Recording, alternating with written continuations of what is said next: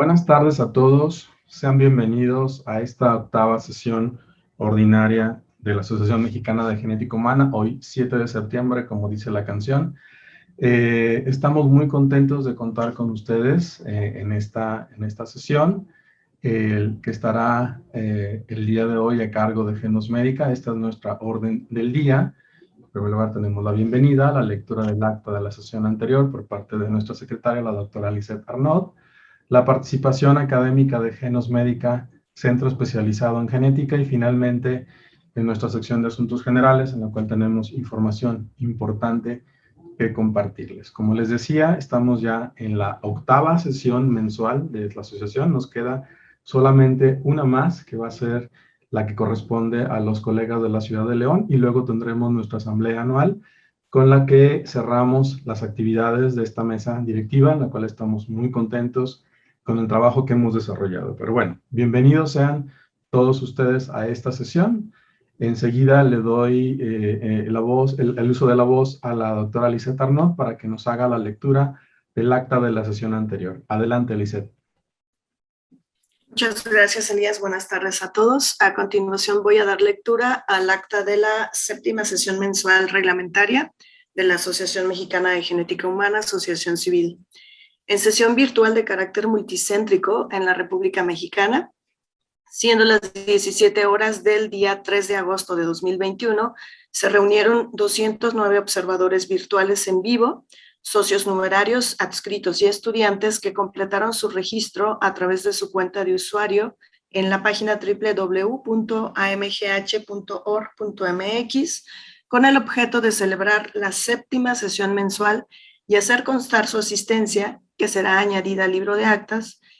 Dicha sesión fue dirigida por el doctor en ciencias José Elías García Ortiz, presidente de la mesa directiva de la Asociación Mexicana de Genética Humana, Asociación Civil, asistido por la doctora en ciencias Lisette Arnaud López, secretaria de la misma.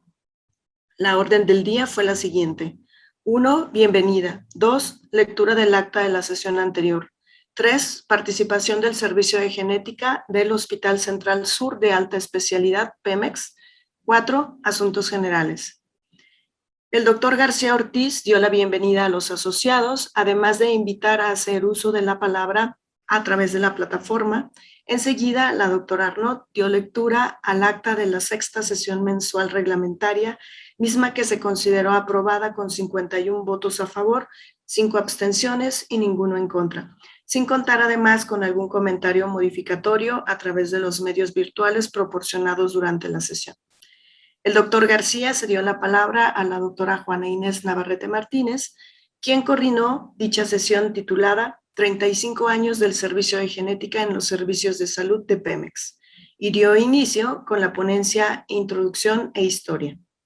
Posteriormente se dio la palabra a la bióloga María de Jesús Gaitán García, quien presentó la ponencia titulada Laboratorio de Citogenética, Historia y Alcances, seguida de la ponencia Formación de Clínicas de Enfermedades Hereditarias en los Servicios de Salud de Pemex, a cargo del doctor David Eduardo Cervantes Barragán. Y por último, se presentó la ponencia Angiodema Hereditario, presentada por la doctora Freya Elena Campos Romero. Al término de estas, el doctor García Ortiz coordinó el bloque de preguntas y respuestas. Al término de dicha sección, el doctor García compartió el gran número de felicitaciones realizadas por los 35 años de atención al servicio de genética del Hospital Central Sur de Alta Especialidad Pemex, y se dio la palabra a la doctora Navarrete para realizar el cierre de dichas presentaciones, quien a su vez agradeció a todo su equipo de trabajo. En asuntos generales, el presidente puntualizó los siguientes datos. A. Se presentó el calendario de sesiones mensuales virtuales de la AMGH 2021, disponible en la sección de sesiones mensuales. B. Se socializaron nuevamente las convocatorias 2021 disponibles en el portal de la Asociación Mexicana de Genética Humana, dentro de las cuales se encontraba la octava edición del reconocimiento de la contribución al desarrollo de la genética humana en México, con fecha límite al 31 de agosto para el registro de los posibles candidatos, así como la convocatoria Héctor Márquez Monter, que corresponde a los premios a las mejores investigaciones en el campo de la genética humana, con un premio por área de 30,000 pesos mexicanos y cuya convocatoria estaría abierta hasta el 17 de septiembre. C. El 46º Congreso Nacional de Genética Humana se llevaría a cabo del 8 al 13 de noviembre en la ciudad de La Paz, Baja California Sur. El modelo híbrido, garantizando la seguridad de quienes deseen asistir a través de un comité COVID para prevalidación de actividades del evento y cuya convocatoria estaría abierta a partir del 7 de agosto para registro al Congreso y de trabajos, así como la presentación del programa preliminar.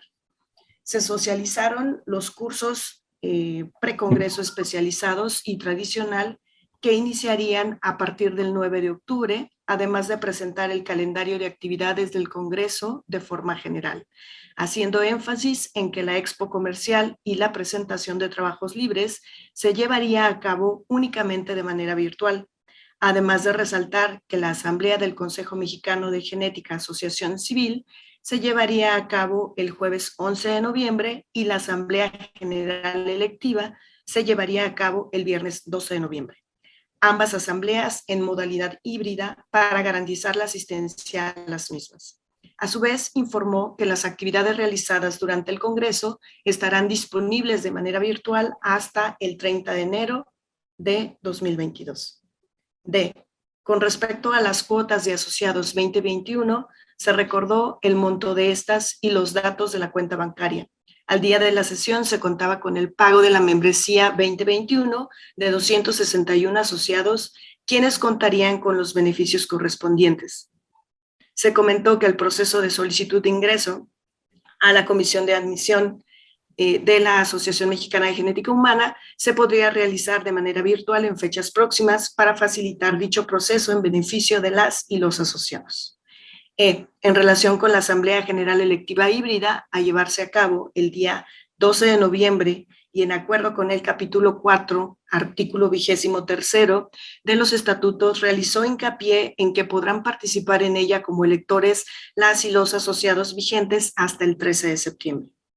F. Se dieron a conocer otros eventos relacionados con el área de la genética humana, los cuales se encontraban publicados en el portal de la MGH y se dio a conocer la posibilidad de un descuento en el costo de inscripción al ser asociados vigentes de la misma.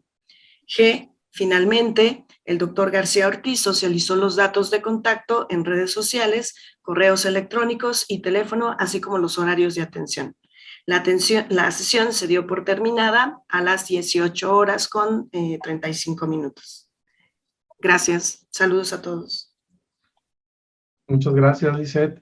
Le recordamos que quien tenga alguna observación para corregir en esta acta, le agradeceremos lo haga llegar a los correos del presidente o secretario @amgh.org.mx y a partir de este momento pues, se habilita la votación para la aprobación o no del acta de la sesión anterior, la cual les agradecemos hagan el uso de este voto electrónico en la sección inmediatamente abajo, arriba de la sección de comentarios que van a ver en su página. Si no se habilita, les pedimos por favor que refresquen la página para que se pueda habilitar la pregunta, si están de acuerdo en la aprobación del acta de la sesión anterior.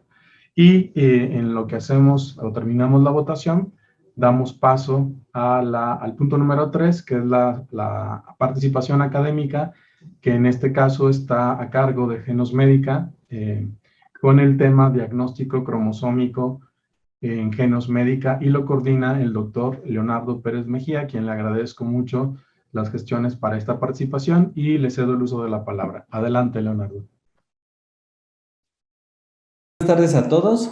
Soy el doctor Leonardo Pérez Mejía, médico genetista y director general de Genosmédica, centro especializado en genética. Agradecemos ampliamente a la Asociación Mexicana de Genética Humana por la invitación. Es un honor para nosotros tener la oportunidad de platicar y compartirles un poco de esta cuestión que hemos preparado para ustedes, generando un poquito de valor que esperamos les sea de utilidad en esta sesión mensual. Agradecemos a todas nuestras profesoras, alumnos, alumnas, colegas, médicos referentes, amigos y amigas, por toda su atención, y a todos quienes en todos estos años nos han brindado su confianza, su apoyo y su aliento. Reiteramos nuestra disposición a seguir uniendo esfuerzos y generar colaboraciones con instituciones públicas y privadas y apoyar como siempre a los diferentes centros de diagnóstico, así como a colegas y amigos, los que nos han permitido cada vez más que nuestro país esté a la altura de cualquier otro lugar en el mundo. A todos los pacientes, familias y asociaciones que nos han confiado la difícil tarea de la labor diagnóstica, les estamos profundamente agradecidos. Y es por eso que cada caso para nosotros representa una gran responsabilidad de poder generarles un resultado confiable que les sea útil en esta odisea por la que están atravesando. Con la esperanza de que, así como estos estudios moleculares en sí ya muy complejos son toda una realidad y están cada vez más accesibles, estamos viviendo el surgimiento de una nueva era en el tratamiento de muchas de las enfermedades genéticas. En Genos Médica somos muy afortunados por contar con todos y cada uno de nuestros colaboradores y nuestras colaboradoras de las diferentes disciplinas, médicas, químicas, biólogos, ingenieras, enfermeras, bioinformáticas y el resto del personal administrativo, desde las doctoras y maestros en ciencias hasta todos los profesionistas y asistentes de las diferentes áreas, sin los cuales este sueño hecho realidad no sería posible. Algunos han considerado que la citogenética es una herramienta que empieza a estar en desuso o como una herramienta que se puede omitir, como ocurre ya en diferentes países, tal vez debido a la dificultad que implican algunas partes del procesamiento, como el cuidado de los diferentes tejidos en el cuarto de cultivo, por lo que incluso han considerado reemplazable por otras tecnologías. Pero esto no es nada más alejado de la realidad. La citogenética es y será una piedra angular en el abordaje de diagnósticos de muchas familias y pacientes. Es una herramienta constante que está en evolución y cambio, y es de suma importancia que sigamos con la difusión de sus múltiples utilidades. Lo que vamos a compartir en esta sesión será apenas una muestra de los datos generados en los laboratorios de citogenética clásica y el laboratorio de microarreglos, que seguirán siendo por muchos años una parte fundamental e imprescindible para el abordaje de las enfermedades genéticas. En la preparación de esta sesión nos hemos encontrado con datos muy interesantes, pero al ser una cantidad de información considerable, que incluso todavía estamos analizando, hace imposible que la podamos transmitir por completo en esta sesión general, por lo que la seguiremos difundiendo en los diferentes medios y foros. Esperamos que la información compartida sea de su interés y de utilidad para poder aplicarla en nuestra práctica diaria. Les agradecemos infinitamente toda su atención y sin más preámbulos, iniciamos.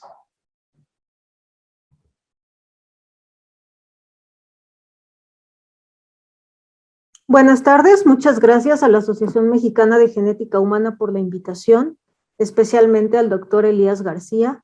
Estamos muy agradecidos por la oportunidad y les platico que este año en Genos Médica festejamos nuestro 10º aniversario, por lo que les platicaré muy brevemente la historia de Genos y especialmente lo que hacemos en los laboratorios de citogenética y microarreglos. Oficialmente, Genos Médica fue creada el 8 de abril del 2011, aunque este proyecto fue planeado 2 o 3 años antes y probablemente muchos años más antes en nuestros sueños. La misión de Genos Médica siempre ha sido contribuir al diagnóstico, manejo y asesoramiento de enfermedades genéticas con el apoyo de estudios de la más alta calidad, desarrollándolos acorde a las necesidades de los clientes y enfocándonos en la aplicación de la tecnología. Los socios fundadores de Genos somos Melania Abreu, Cuautli Azotla, Ocelot Azotla, Leonardo Pérez y una servidora, Luz Márquez. Genos Médica ha tenido una evolución natural y un crecimiento orgánico. En el 2011 iniciamos ofreciendo la consulta de genética y estudios de citogenética clásica y molecular. Desde un inicio en Genos hicimos cariotipos en sangre periférica, líquido amniótico, biopsia de vellosidades coriales, tejido de aborto y fibroblastos, así como FISH. En el 2013 iniciamos con el laboratorio de biología molecular, en un principio con extracción de DNA, PCRs y electroforesis en gel de agarosa. Posteriormente comenzamos a diseñar las primeras secuenciaciones Sanger y a realizar MLPA, aunque los fragmentos se analizaban o se enviaban más bien a laboratorios externos para su análisis por electroforesis capilar. En 2016 pudimos analizar directamente en el laboratorio nuestras primeras secuencias. En 2017 comenzamos a procesar nuestras primeras muestras para secuenciación NGS. En 2018 iniciamos el procesamiento de microarreglos con la plataforma Affymetrix y recientemente se ha montado el laboratorio de infectómica. El día de hoy decidimos enfocarnos en la parte de citogenómica y les platicaremos un poco de la experiencia en el laboratorio de citogenética y microarreglos de Genos Médica. El laboratorio de citogenética comenzó a operar hace 10 años y se ha encargado de realizar estudios de cariotipo en diferentes tejidos, como sangre, líquido amniótico, biopsia de vellosidades coriales, tejido de aborto, fibroblastos y algunas líneas celulares tanto humanas como de ratón y de bovino. También se realiza FISH en tejidos como sangre, líquido amniótico y vellosidades coriales y muestras embebidas en parafina, con o sin cultivo para diagnóstico prenatal y postnatal. A lo largo de estos 10 años, el laboratorio de citogenética ha recibido aproximadamente 6.623 solicitudes para cariotipo. En un momento más, Rob, quien es el jefe del laboratorio de citogenética, Roberto Cruz Alcibar, nos platicará con más detalle la experiencia en el laboratorio. Por otra parte, en el laboratorio de microarreglos, del 2018 a la fecha, hemos recibido 1.244 muestras para su análisis. En Genos trabajamos con tecnología de Affymetrix y procesamos microarreglos CytoScan de diferentes resoluciones, como son Optima 315K, 750K, HD y Exxon. Y esperamos próximamente ofrecer OncoScan diseñado para muestras oncológicas y Clarium D para análisis de expresión. Las solicitudes que recibimos con mayor frecuencia son para Optima 315K, que representan un 55% de los casos, y en segundo lugar para microarreglos 750K, que representan el 32% de los casos. Y con menor frecuencia procesamos microarreglos HD y Exxon. En un momento más les platicaremos con más detalle. Gracias por permitirnos celebrar con ustedes y compartir un poquito de lo que hacemos. Sin duda, nada de esto sería posible sin el apoyo y la confianza que nos han tenido, y gracias también a la familia Genos. Afortunadamente tenemos muchos amigos, expertos en su área, que han aceptado colaborar con nosotros a lo largo de estos 10 años. Sin duda, han sido una parte fundamental para que este proyecto funcione. Muchas gracias.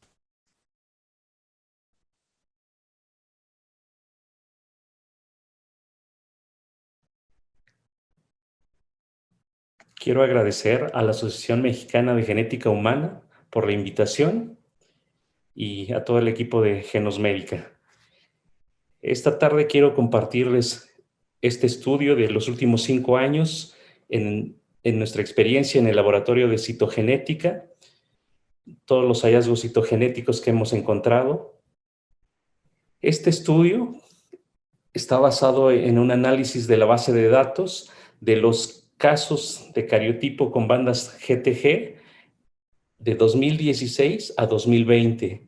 En ellos encontramos los resultados que están basados en la observación de 2 analistas, 2 citogenetistas, en donde cada uno analiza bases con un nivel de resolución entre 400 y 550 bandas.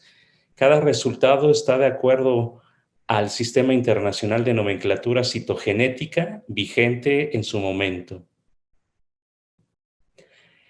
El análisis está basado básicamente en 4 tejidos. en biopsia de vellosidades coriales, que voy a nombrar como BBC, líquido amniótico LA, tejido de aborto CT y linfocitos de sangre periférica SP.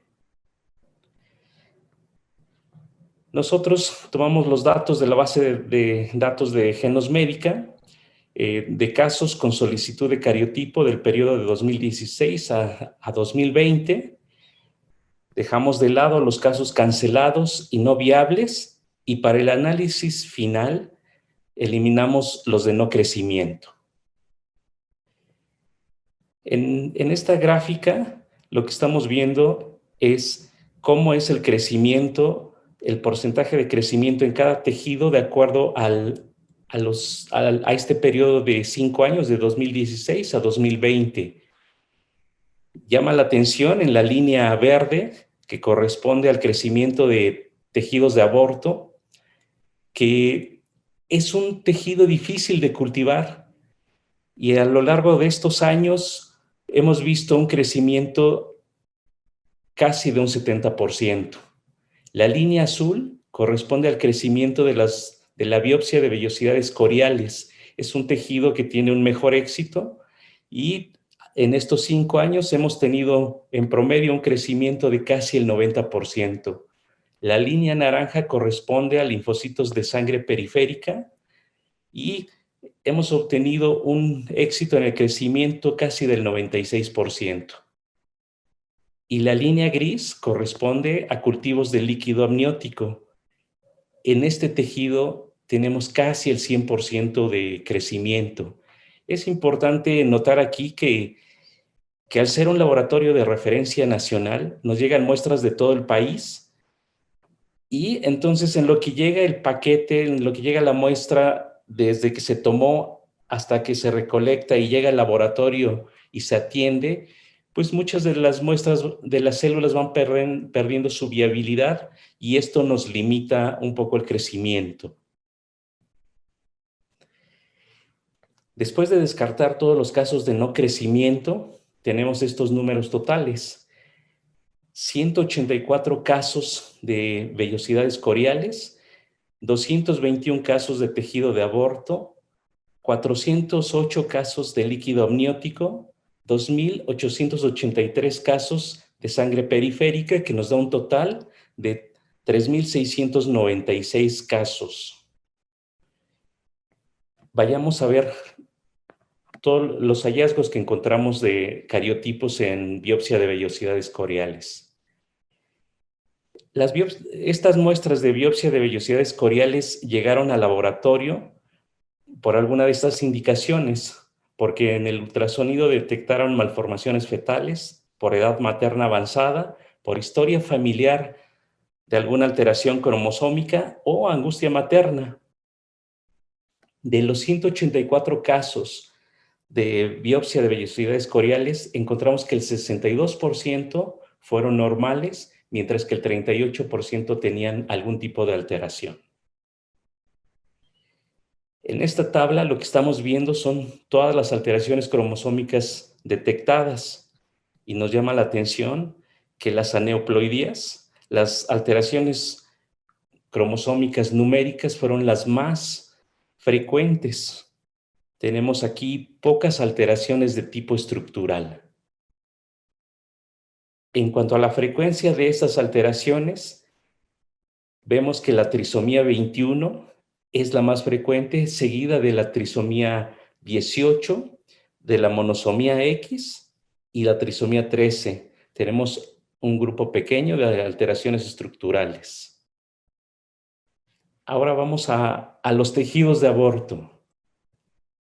De los 221 casos que analizamos, prácticamente el 50% eran normales y el otro 50% alterados.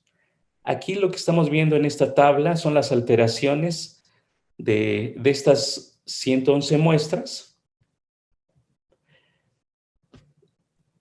Y lo que vemos, lo que nos llama la atención en esta tabla es que son muchos cromosomas involucrados y sobre todo muchas alteraciones de tipo numérico. Tenemos nuevamente pocas alteraciones estructurales. Aquí es importante también notar que la monosomía 21 la vimos en dos casos. Nosotros muchas veces lo que vemos es los casos donde se ganó el cromosoma 21, por eso vemos la trisomía 21, pero los casos donde queda el gameto nulisómico y origina una monosomía, en realidad es muy raro que lo podamos ver. En casos de nacidos vivos, esta condición solo sería viable si se encuentra en mosaicismo. En cuanto a la frecuencia de alteraciones cromosómicas, aquí nos llama la atención que la monosomía X y los casos de triploidía fueron los más frecuentes, seguidos de la trisomía 21, trisomía 18 y trisomía 13. Y también llama la atención que en series importantes reportadas en la literatura, los cromosomas, las aneuploidías más frecuentes en tejidos de aborto que se han reportado es trisomía 15, 16 y 22. También aquí vemos trisomías que son poco frecuentes como la trisomía 2, la trisomía 7, la trisomía 9 y la trisomía 8. La podemos ver incluso en nacidos vivos, pero en un estado de mosaicismo. Vamos ahora a los casos de líquido amniótico.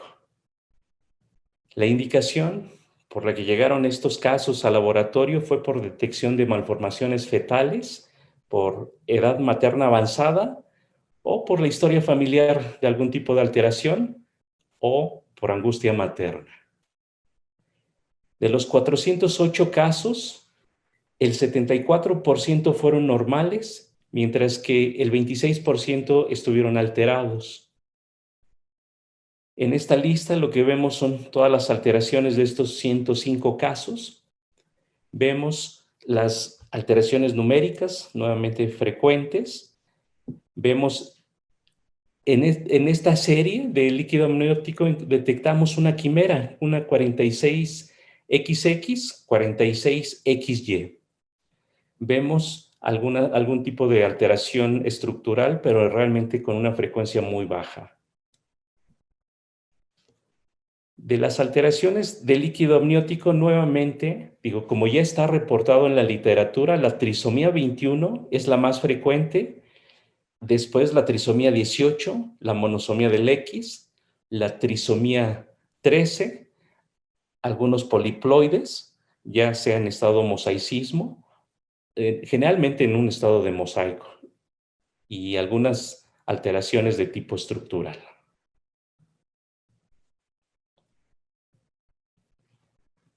Ahora vayamos a los casos de linfocitos de sangre periférica.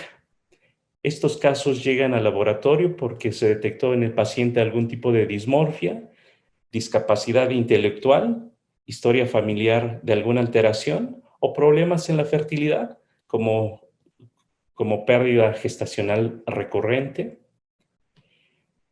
En esta serie de linfocitos, de casos de linfocitos de sangre periférica, tuvimos 2,883 casos. 55% fueron femeninos, 45% masculinos.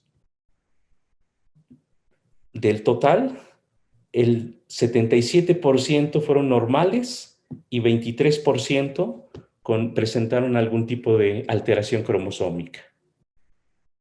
De estos 665 casos alterados, trisomía 13, 18, 21 fue lo más representativo en esta serie, y también las polisomías de cromosomas sexuales.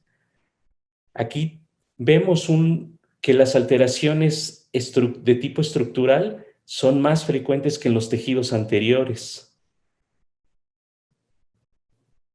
En cuanto a la frecuencia, vemos que las alteraciones numéricas representaron el 86% de todas las alteraciones en linfocitos, y siendo nuevamente la trisomía 21 la más frecuente, pero por mucho, y seguido de la monosomía del X, la monosomía del X ya sea pura o en un estado de mosaico.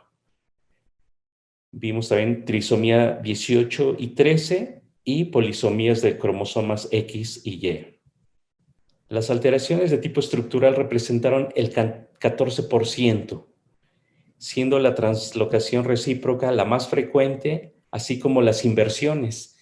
Sin embargo, es importante notar que aquí, en este grupo de inversiones, también fueron consideradas las variantes polimórficas, como la inversión del 2 y del 9. Después, la más frecuente fue la de lesión, material adicional en alguno de los cromosomas, que en general estos podemos pensar que fueron en realidad derivativos.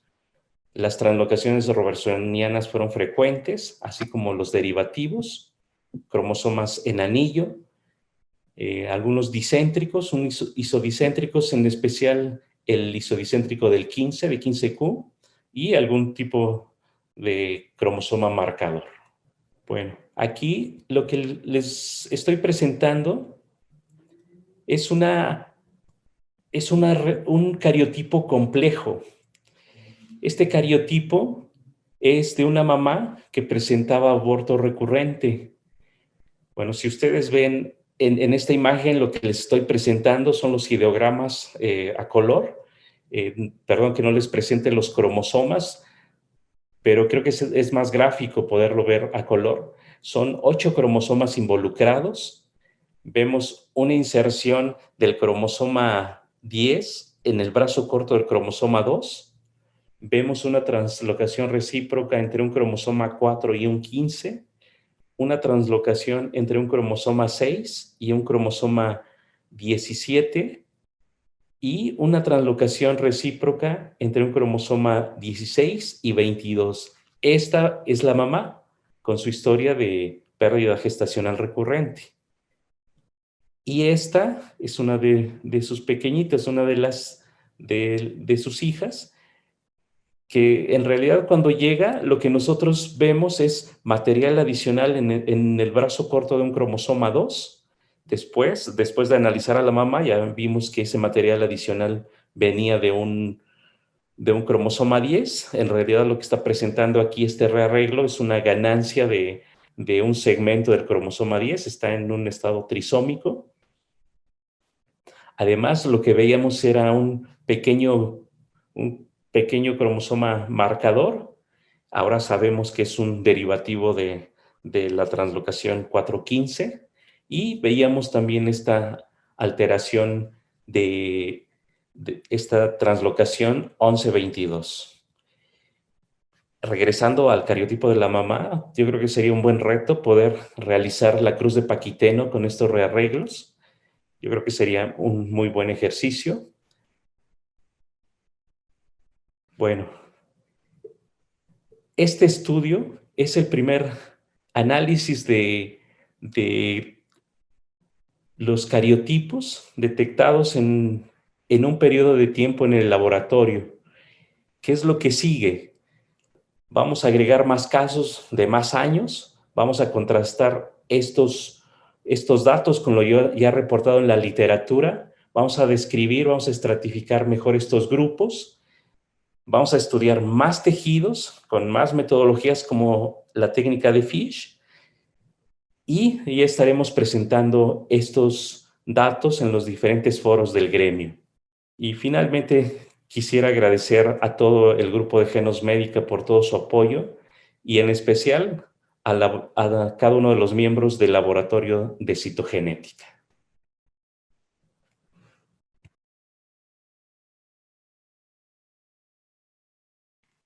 Muchas gracias a todos los que nos acompañan el día de hoy. A continuación les voy a platicar un poquito de las aplicaciones del microarreglo 315K. Una de las pruebas que con mayor frecuencia se solicita en los laboratorios de genética es la evaluación de las alteraciones cromosómicas por cariotipo. Cuando la resolución de los cromosomas alcanza 750 bandas, las alteraciones de aproximadamente 5 a 10 megabases pueden ser detectadas. Se estima que la sensibilidad promedio para detectar 5 megabases es aproximadamente del 70%. Los desbalances menores al 5% pueden perderse, especialmente si no hay cambios en el patrón de bandeo. Además de que se ha reportado que del 30 al 40% de las translocaciones que parecen balanceadas en el cariotipo tienen desbalances submicroscópicos que se pueden observar en el microarreglo. La principal ventaja del cariotipo es que proporciona una evaluación del genoma completo de anomalías numéricas y estructurales en una sola prueba. Sin embargo, como todas las pruebas, tiene ciertas limitaciones. Por ejemplo, se requiere una muestra de tejido fresco, típicamente requiere un cultivo celular que se puede llevar más de 2 semanas, en algunos tejidos hasta 6 semanas, de acuerdo a lo que se reporta en la literatura. En algunos casos puede haber pocas o ninguna metafase disponible para el análisis, lo que lleva a un resultado no satisfactorio, y además los arreglos crípticos se pueden pasar por alto. Es por eso que en el campo de la citogenética ha sido revitalizado con el advenimiento de nuevas tecnologías como el análisis cromosómico por microarreglos. Los microarreglos fueron rápidamente adoptados por los clínicos en un intento de obtener un diagnóstico en pacientes con retraso del desarrollo o múltiples malformaciones congénitas. Estos han mejorado la tasa de diagnóstico, que estaba del 3 al 5% con el cariotipo y el FISH a un 15 a 20%, proporcionando así una respuesta para muchos trastornos genéticos que previamente eran descritos como de causa desconocida. Una diferencia significativa respecto a los métodos de citogenética clásica es que el microarreglo usa DNA, evitando así la necesidad de tener un cultivo de células vivas, de tal manera que ahora podemos analizar el DNA de casi cualquier tejido, incluyendo muestras que no pueden ser cultivadas. El Colegio Americano de Genética Médica y otras organizaciones recomiendan el análisis cromosómico por microarreglos como primera prueba para investigar de lesiones o duplicaciones de relevancia clínica en individuos con malformaciones congénitas, retraso del desarrollo no sindrómico, discapacidad intelectual y alteraciones del espectro autista. También el Colegio Americano de Ginecología y Obstetricia recomienda el microarreglo como primera línea de diagnóstico en mujeres embarazadas y que han sido sometidas a pruebas invasivas en caso de sospecha de anomalías congénitas. Y como sabemos, es muy importante y altamente recomendable que las familias reciban asesoramiento genético por un genetista antes de realizarse este o cualquier otro tipo de estudio genético. ¿Cuáles son las limitantes del análisis de microarreglos? Bueno, pues solo pueden detectar alteraciones cromosómicas desbalanceadas, no detecta mosaicismos menores del 10 al 20%, ni variantes puntuales, ni modificaciones epigenéticas. Este ensayo resulta relativamente costoso comparado con otras técnicas. Sin embargo, el beneficio puede ser mayor que el costo, ya que es posible obtener un resultado eficiente en menor tiempo y el rendimiento diagnóstico se estima del 10 al 20%. Existen diferentes tipos de microarreglos, pero la resolución depende básicamente del tamaño de la sonda y la distribución o el espacio que hay entre estas ondas. De forma más didáctica, como vemos en la figura, los rectángulos amarillos representan el DNA del paciente, las cajas verdes representan las ondas de DNA de 100 kilobases presentes en el microarreglo, las líneas verdes presentan sondas de 20 pares de bases y las flechas indican el sitio de hibridación entre el DNA del paciente y las sondas. Las secuencias deletadas se muestran como cajas rojas y la ausencia o disminución en la hibridación está representada con una X.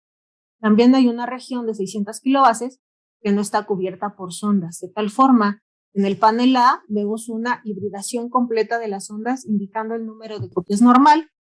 En el B, el paciente tiene una deleción de 550 kilobases que se manifiesta como una reducción en la hibridación de las ondas que cubren esa región.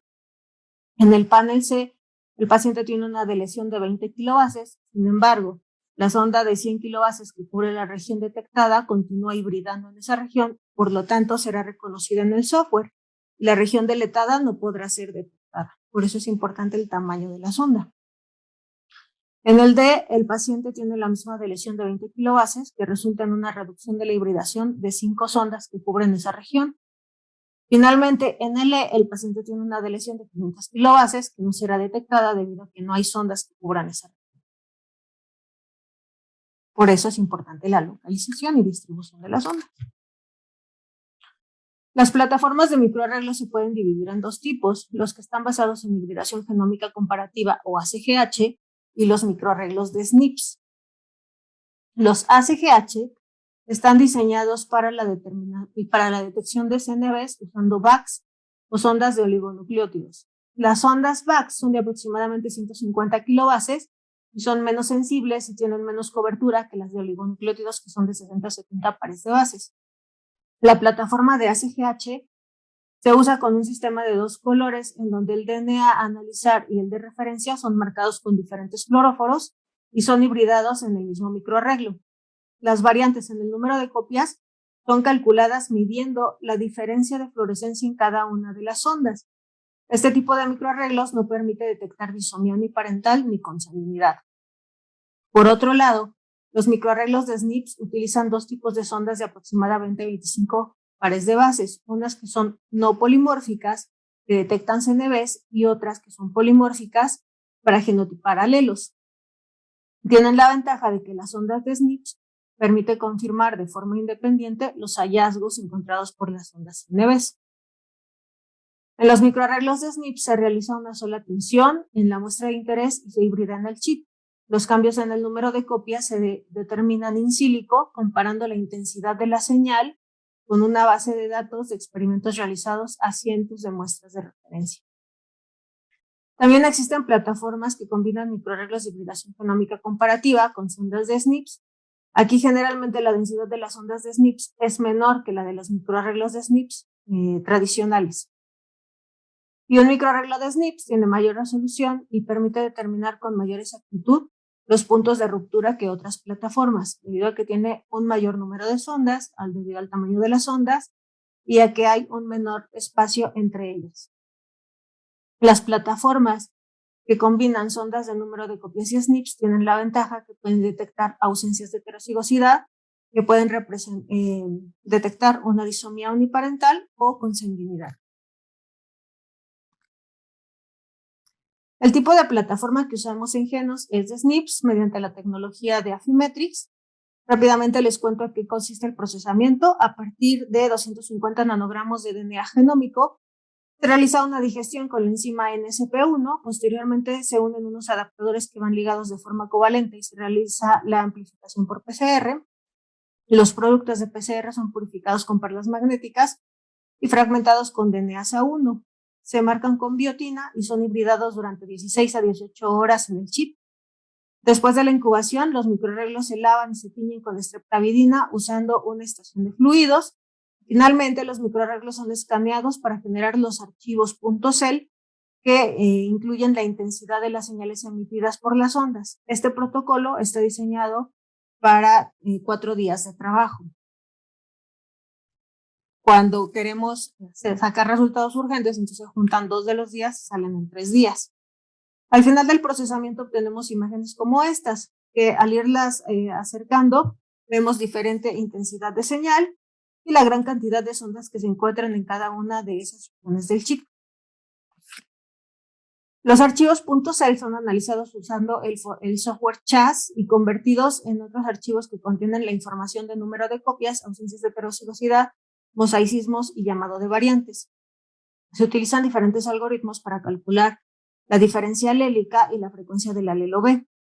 Más adelante, Cuautli les va a platicar de esta parte del análisis con más detalle. Los tipos de microarreglos cytoscan son básicamente de 4 resoluciones. El óptima, que contiene 315,000 sondas o marcadores, de los cuales 180,000 son no polimórficos y el resto son SNPs. Los microarreglos 750K, que contienen 750,000 marcadores o sondas, los HD, que tienen 2.6 millones de marcadores, y los Exon, que tienen 6.8 millones de marcadores. Imagínense, vamos de 315,000 hasta casi 7 millones de sondas. ¿Esto cómo se ve en la vida real? Bueno, pues en esta vista global del genoma, en cada una de las diferentes resoluciones podemos ver cómo la intensidad de las líneas que representan las NSBs y la diferencia alélica y la frecuencia del alelo B van aumentando como consecuencia de la cobertura y de la densidad de sondas en cada región. Pero no siempre más es mejor, ¿no? Como ustedes saben, cada uno tiene su aplicación y sus recomendaciones. Obviamente que entre mayor cantidad de sondas tenga, voy a encontrar una mayor cantidad de variantes. Se pueden encontrar variantes benignas que son frecuentes en la población y que representan del 5 al 10% de las NBs. Estas variantes deben ser filtradas en el análisis del laboratorio. Igual de importante que el número de sondas en el microarreglo es el punto de corte que se utilice para analizar y reportar los datos. De tal forma que entre mayor sea la densidad de sondas y menos estrictos sean los umbrales de análisis, se detectará una mayor cantidad de CNVs. Pues aproximadamente en un microarreglo 315K u óptima encontramos de 0 a 2 variantes, en el 750 de 10 a 25, en el HD de 30 a 50 variantes y en el Exxon puede llegar hasta 300 o más variantes detectadas. Entonces, ¿cuál es la indicación clínica sugerida para cada tipo de microarreglo? El microarreglo óptima, como ya dijimos, contiene 315,000 marcadores y se utiliza en el diagnóstico prenatal, en el análisis de los de aborto y en el síndromes de microdeleción o microduplicación ya conocidos. Este nos permite detectar deleciones de hasta 1 megabase y duplicaciones de 2 megabases. Básicamente, no vamos a buscar lo que no queremos encontrar. Entonces, la distribución de las ondas está diseñada de tal manera que abarca las regiones genómicas más estudiadas y que ya se conocen de relevancia clínica. El 750K lo utilizamos para diagnóstico prenatal, postnatal, detecta de lesiones de 500 kilobases y duplicaciones de 1 megabase. El HD se sugiere para estudio de casos con espectro autista y el microarreglo de Exxon es básicamente un microarreglo de exoma. Entonces aquí pues las ondas están distribuidas a lo largo de los exones de los 20,000 genes y tienen poder de resolución de un exón. En este artículo mencionan algunos datos interesantes, como por ejemplo que en 2013 Webner y colaboradores publicaron un estudio multicéntrico que demostró la utilidad del análisis de citogenético por microarreglos o de cromosomas por microarreglos para diagnóstico prenatal. En embarazos con alteraciones estructurales y cariotipo normal hubo un incremento en la tasa de diagnóstico de un 6%. Cuando se suma el riesgo de una CNV patogénica al riesgo de una aberración citogenética visible citogenéticamente, una mujer embarazada puede tener un riesgo de 1 en 180 para una aberración cromosómica clínicamente significativa. Y se ha demostrado que el análisis cromosómico por microarreglos proporciona información adicional al cariotipo en un 6 a 7% de los embarazos cuando el feto presenta anomalías en el ultrasonido. Es por eso que ahora se recomienda el microarreglo como estudio de primera línea en la evaluación diagnóstica de fetos con anormalidades estructurales. Los aparatos y sistemas más comunes asociados a análisis de microarreglos anormales son el cardíaco, el renal, el esquelético, el urogenital y el sistema nervioso central. Las anomalías renales y cardíacas muestran un incremento en la tasa de diagnóstico del 15% y del 10.6% sobre las detectadas en el cariotipo. El 66.7% de los pacientes que presentan cardiopatías tienen una CNV diferente a la de lesión 22q11, por lo que cuando se solicita el FISH para 22q11, para una cardiopatía podemos estar perdiendo 2/3 del diagnóstico. Antes, para determinadas cardiopatías, inmediatamente se solicitaba FISH y ahora se sabe que podemos estar perdiendo 2/3 del diagnóstico. Cuando se observan anomalías en múltiples aparatos y sistemas y alteraciones nucales, la frecuencia de CNVs no benignas aumenta del 13.6%. En otras consideraciones, pues nos indican que en casos prenatales los laboratorios solo deben reportar alteraciones menores a 1 megabase en regiones que están bien caracterizadas y que ya se conocen patogénicas. Las CNVs que se encuentran en las regiones que no están bien caracterizadas se reportan solo que sean mayores de 1 a 3 megabases y que contengan genes OMIM. Dependiendo de la cobertura de la plataforma, se ha reportado una tasa de BUS del 1.4 al 2.5%, en un reanálisis después de 7 años disminuyó al 0.9%. En Genos nosotros hemos recibido aproximadamente 356 muestras para diagnóstico prenatal, tanto de líquido amniótico como de biopsia de vellosidades coriales, y hemos tenido un rendimiento diagnóstico del 27.77%. Las alteraciones que encontramos con mayor frecuencia son las trisomías en un 58.16%, seguido de las deleciones que están presentes en el 18.36%, la ausencia de heterocigosidad que se ha detectado en 10%, y la monosomia del X, las duplicaciones y los derivativos que se han encontrado en un 4%.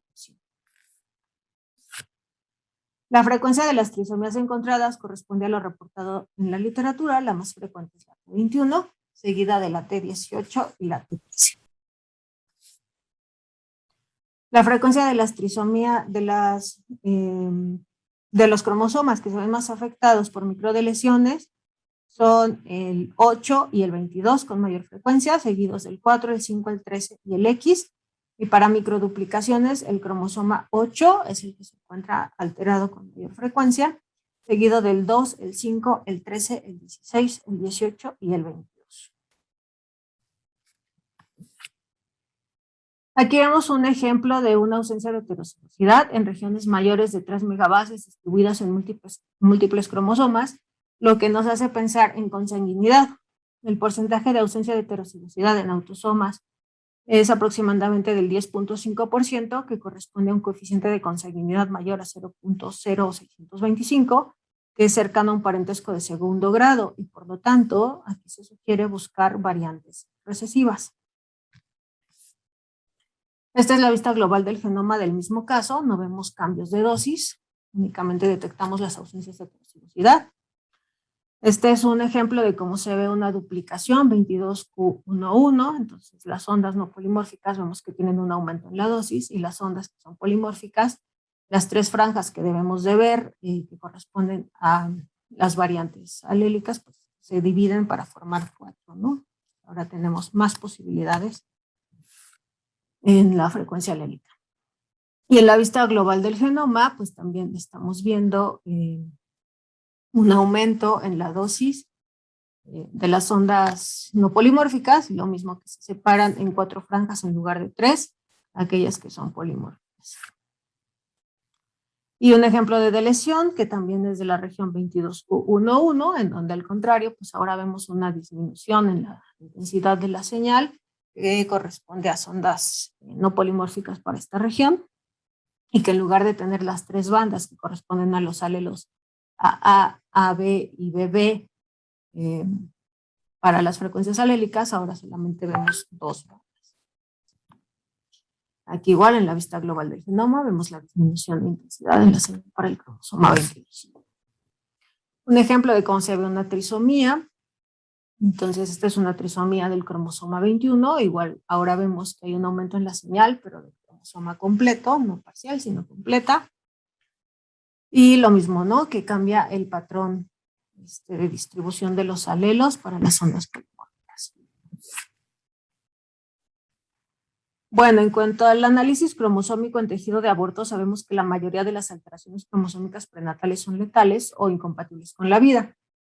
Se estima que aproximadamente 15% de los embarazos se abortan y las alteraciones cromosómicas están presentes en 50-60% de los casos, particularmente en las que ocurren en el primer trimestre. Adicionalmente, las alteraciones cromosómicas se observan en el 5% de los mortinatos y muertes perinatales y en el 5% de las parejas que experimentan pérdidas gestacionales recurrentes.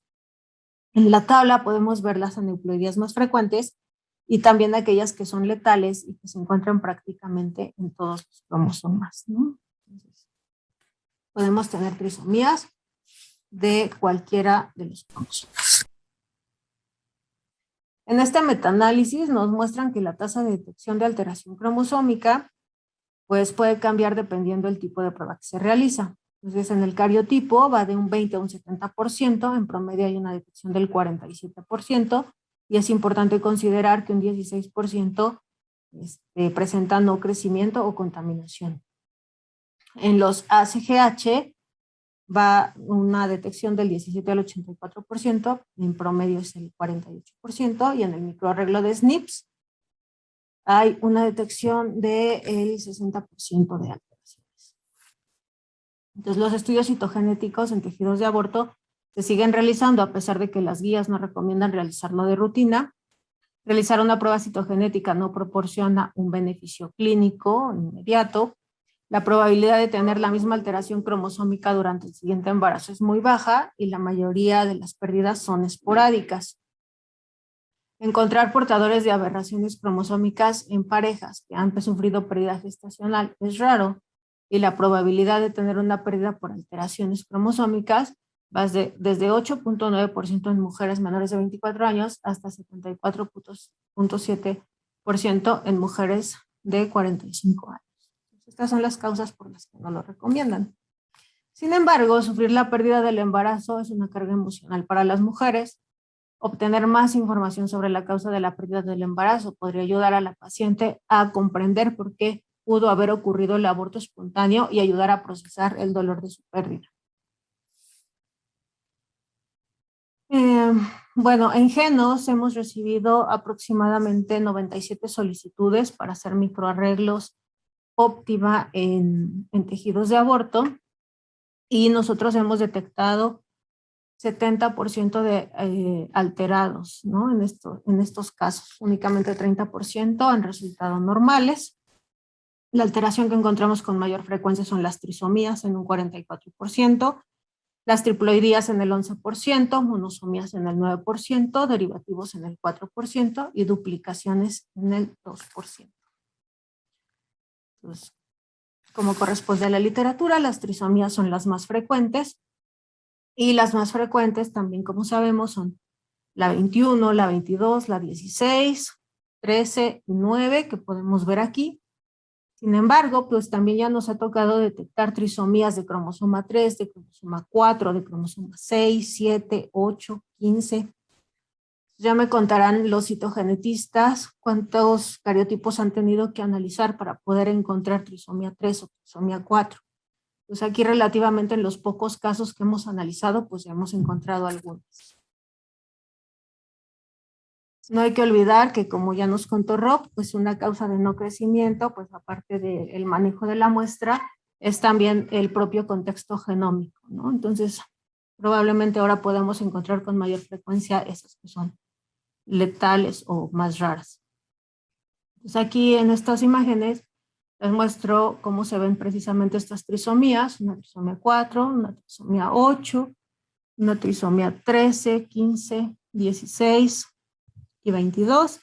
En todas se ve un aumento en la señal de las ondas no polimórficas, que nos indica que está un cromosoma extra, y la separación de las 3 bandas clásicas que vemos en la frecuencia alélica, que ahora vemos 4.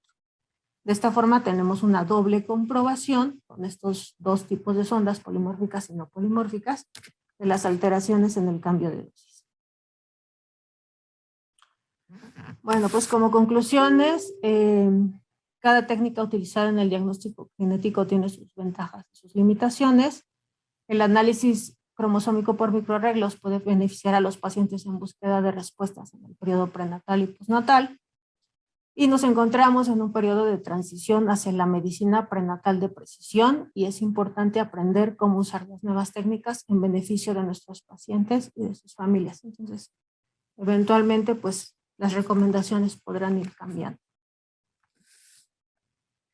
Muchas gracias a todos por su atención. Gracias al equipo Genos, que siempre da lo mejor cada día para poner nuestro granito de arena en el diagnóstico genético.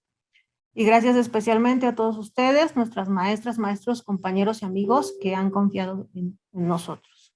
Nos vemos en la sesión de preguntas. Muchas gracias.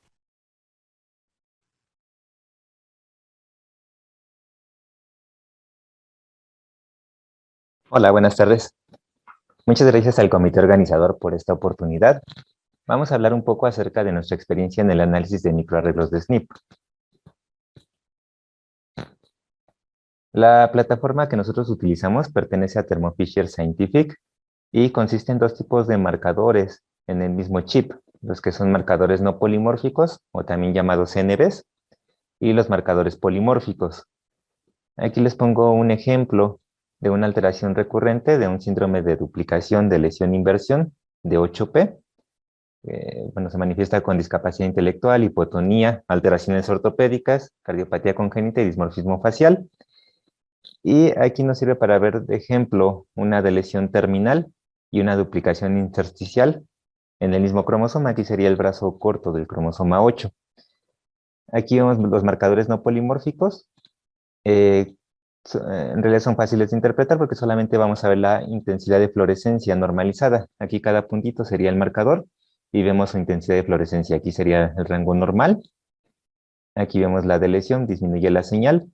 Y aquí en el caso de una duplicación, cada marcador estaría sobre representado. En cambio, en los marcadores polimórficos o marcadores SNP, aquí vamos a representar cada puntito un cálculo que vamos a hacer con la diferencia alélica. Ahorita vamos a explicar esto. Bueno, los marcadores de SNP que utiliza el microarreglo son bialélicos, es decir, que solamente hay dos alelos que están representados por una sustitución de una base por otra. Por ejemplo, aquí, timina y citosina serían los alelos, y podemos ver los genotipos, un homocigoto para timina, el homocigoto para la citosina y el heterocigoto timina-citosina. De forma arbitraria, a estos SNPs les vamos a denominar alelos As o alelos Bs. En el caso del heterocigoto sería el alelo AB. Y en el chip tenemos marcadores para, bueno, que van a reconocer el alelo A y marcadores que reconocen el alelo B. Entonces la detección alélica la podemos ver de diferentes formas, pero en este caso vemos la diferencia alélica, que sería este cálculo. A cada alelo, el alelo A y el alelo B, le vamos a dar una unidad arbitraria de fluorescencia de locus haploide, que sería de 0.5, y la fórmula que utilizamos sería A menos B. De esta forma, en el caso de una región normal, en donde tenemos ambos alelos, tanto A como B, vamos a tener este puntaje. Sería cuando tenemos el homocigoto para A, veríamos 0.5 más 0.5 de A, menos nada de 0, que estamos restando aquí, nos daría 1. Cuando vemos un marcador heterocigoto, sería A menos B, sería 0.5 menos 0.5 igual a 0. Y homocigoto para B, veríamos 0 de A menos 0.5 y 0.5 de B nos daría menos 1. Entonces tendríamos el puntaje en 1, en 0 y en menos 1. En una región determinada, pues vamos a tener los tres genotipos, ¿no? Entonces, aquí vemos una vista global del genoma. Cada columna sería un cromosoma. Tenemos del 1 al cromosoma 22, y aquí los cromosomas sexuales X y Y. Y vemos cada uno de los puntajes. Aquí vemos a nivel de 1, vemos cada uno de los puntitos. A nivel de 0, veríamos los heterocigotos. Y aquí veríamos los homocigotos para B, en menos 1. Aquí en el cromosoma X vemos que disminuye la señal en las ondas CNVs, porque sería en este caso lo que correspondería a un varón en este estudio. Y aquí en las ondas polimórficas veríamos la diferencia alélica ahora diferente. Ahorita vamos a ver qué es lo que estamos viendo ahí, que sería lo que corresponde a tener solamente uno de los dos alelos. Por ejemplo, en una lesión heterocigota veríamos lo mismo. Aquí, si hacemos el cálculo de esta fórmula, veríamos que tenemos 0.5 de A menos nada de B, porque solamente tenemos un alelo, el alelo A, nos daría 0.5.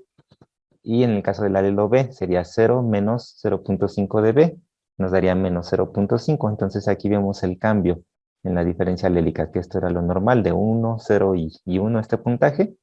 Ahora en esta región donde estamos viendo una deleción heterocigota, vemos ahora el puntaje de 0.5 y menos 0.5, y está de esta forma representada. Entonces aquí vemos dos bandas, y lo normal eran tres bandas. Aquí les pongo un ejemplo de una deleción heterocigota. Es una paciente con retraso en el crecimiento intrauterino, talla baja, retraso psicomotor, abombamiento frontal, pestañas largas, filtrum largo, labios delgados, hipotonía, hiperlaxitud articular y clinodactilia. Hicimos el microarreglo y detectamos una pequeña deleción. Aquí vemos el cromosoma 7. Y aquí, para que se den una idea de qué tan pequeña es la alteración, aquí está el cromosoma 7 y aquí estaría la alteración, es de 416 kilobases. Vemos cómo disminuye la señal, aquí son las CNVs. Y en esta región tenemos 4 genes. Uno de los genes es ACTB. Bueno, ahorita les platico acerca de este gen ACTB. Cuando nosotros hacemos la interpretación de este microarreglo, nos fijamos en el puntaje que tienen estos genes para la intolerancia a la pérdida, que sería bueno, que nosotros vemos esta intolerancia a la pérdida en base a una base de datos que sería de EXAC, de este consorcio, que se dedicó a realizar varias secuenciaciones masivas en muchos individuos, son 60.706 individuos de diversas etnias, y lo que buscaban era la probabilidad de que un gen sea tolerante o intolerante a variantes de pérdida de función. Entonces, si vemos que en individuos sanos, en individuos controles, hay muchas variantes de pérdida de función, quiere decir que ese gen es tolerante a la pérdida de función. Los genes con puntaje más del 0.9 son intolerantes a la pérdida de función, y los genes con bajo puntaje, que sería de menos de 0.1, son tolerantes a la pérdida de función. Y también nos basamos en lo que sería el puntaje de haploinsuficiencia. Igual es otra base de datos muy grande, en donde se tiene el registro de 17.000 genes codificantes. Igual es por estudios de secuenciación, en donde se observa o se busca la pérdida de función, ¿no? Aquí sería rangos altos, con menos del 10%, probablemente presentan haploinsuficiencia, y de bajo rango, que sería más del 90%, indican que no hay haploinsuficiencia. Entonces, regresando al ejemplo anterior, el gen ACTB, nosotros vimos que tenía una, bueno, que está reportado con una intolerancia a la pérdida de 0.99, intolerancia a la haploinsuficiencia de 1.03%, el índice de haploinsuficiencia. Este gen ACTB está reportado para el síndrome de Bahrain-Winter, y bueno, también recientemente hay un artículo donde se buscó la haploinsuficiencia del gen ACTB y se relacionó con este fenotipo, ¿no? Entonces, si vemos las características clínicas de la paciente, pues tiene un fenotipo muy similar. Ahora, una duplicación, ¿cómo la veríamos? Una duplicación tendríamos 3 alelos, vemos el homocigoto para A, si hacemos la fórmula, veríamos que nos da un puntaje de 1.5, el heterocigoto AB con 2 alelos A nos daría el 0.5, el heterocigoto AB con 2 alelos B nos da menos 0.5, y el homocigoto para B nos daría menos 1.5. Entonces, aquí que lo normal era 1, 0 y menos 1. Ahora vamos a ver que tenemos estas 4 bandas ahora, 1.5, 0.5, menos 0.5 y menos 1.5. Y aquí les puse un ejemplo, sería en el cromosoma X, un síndrome igual recurrente. Esta sería la región crítica en XP 11.23, AP 11.22.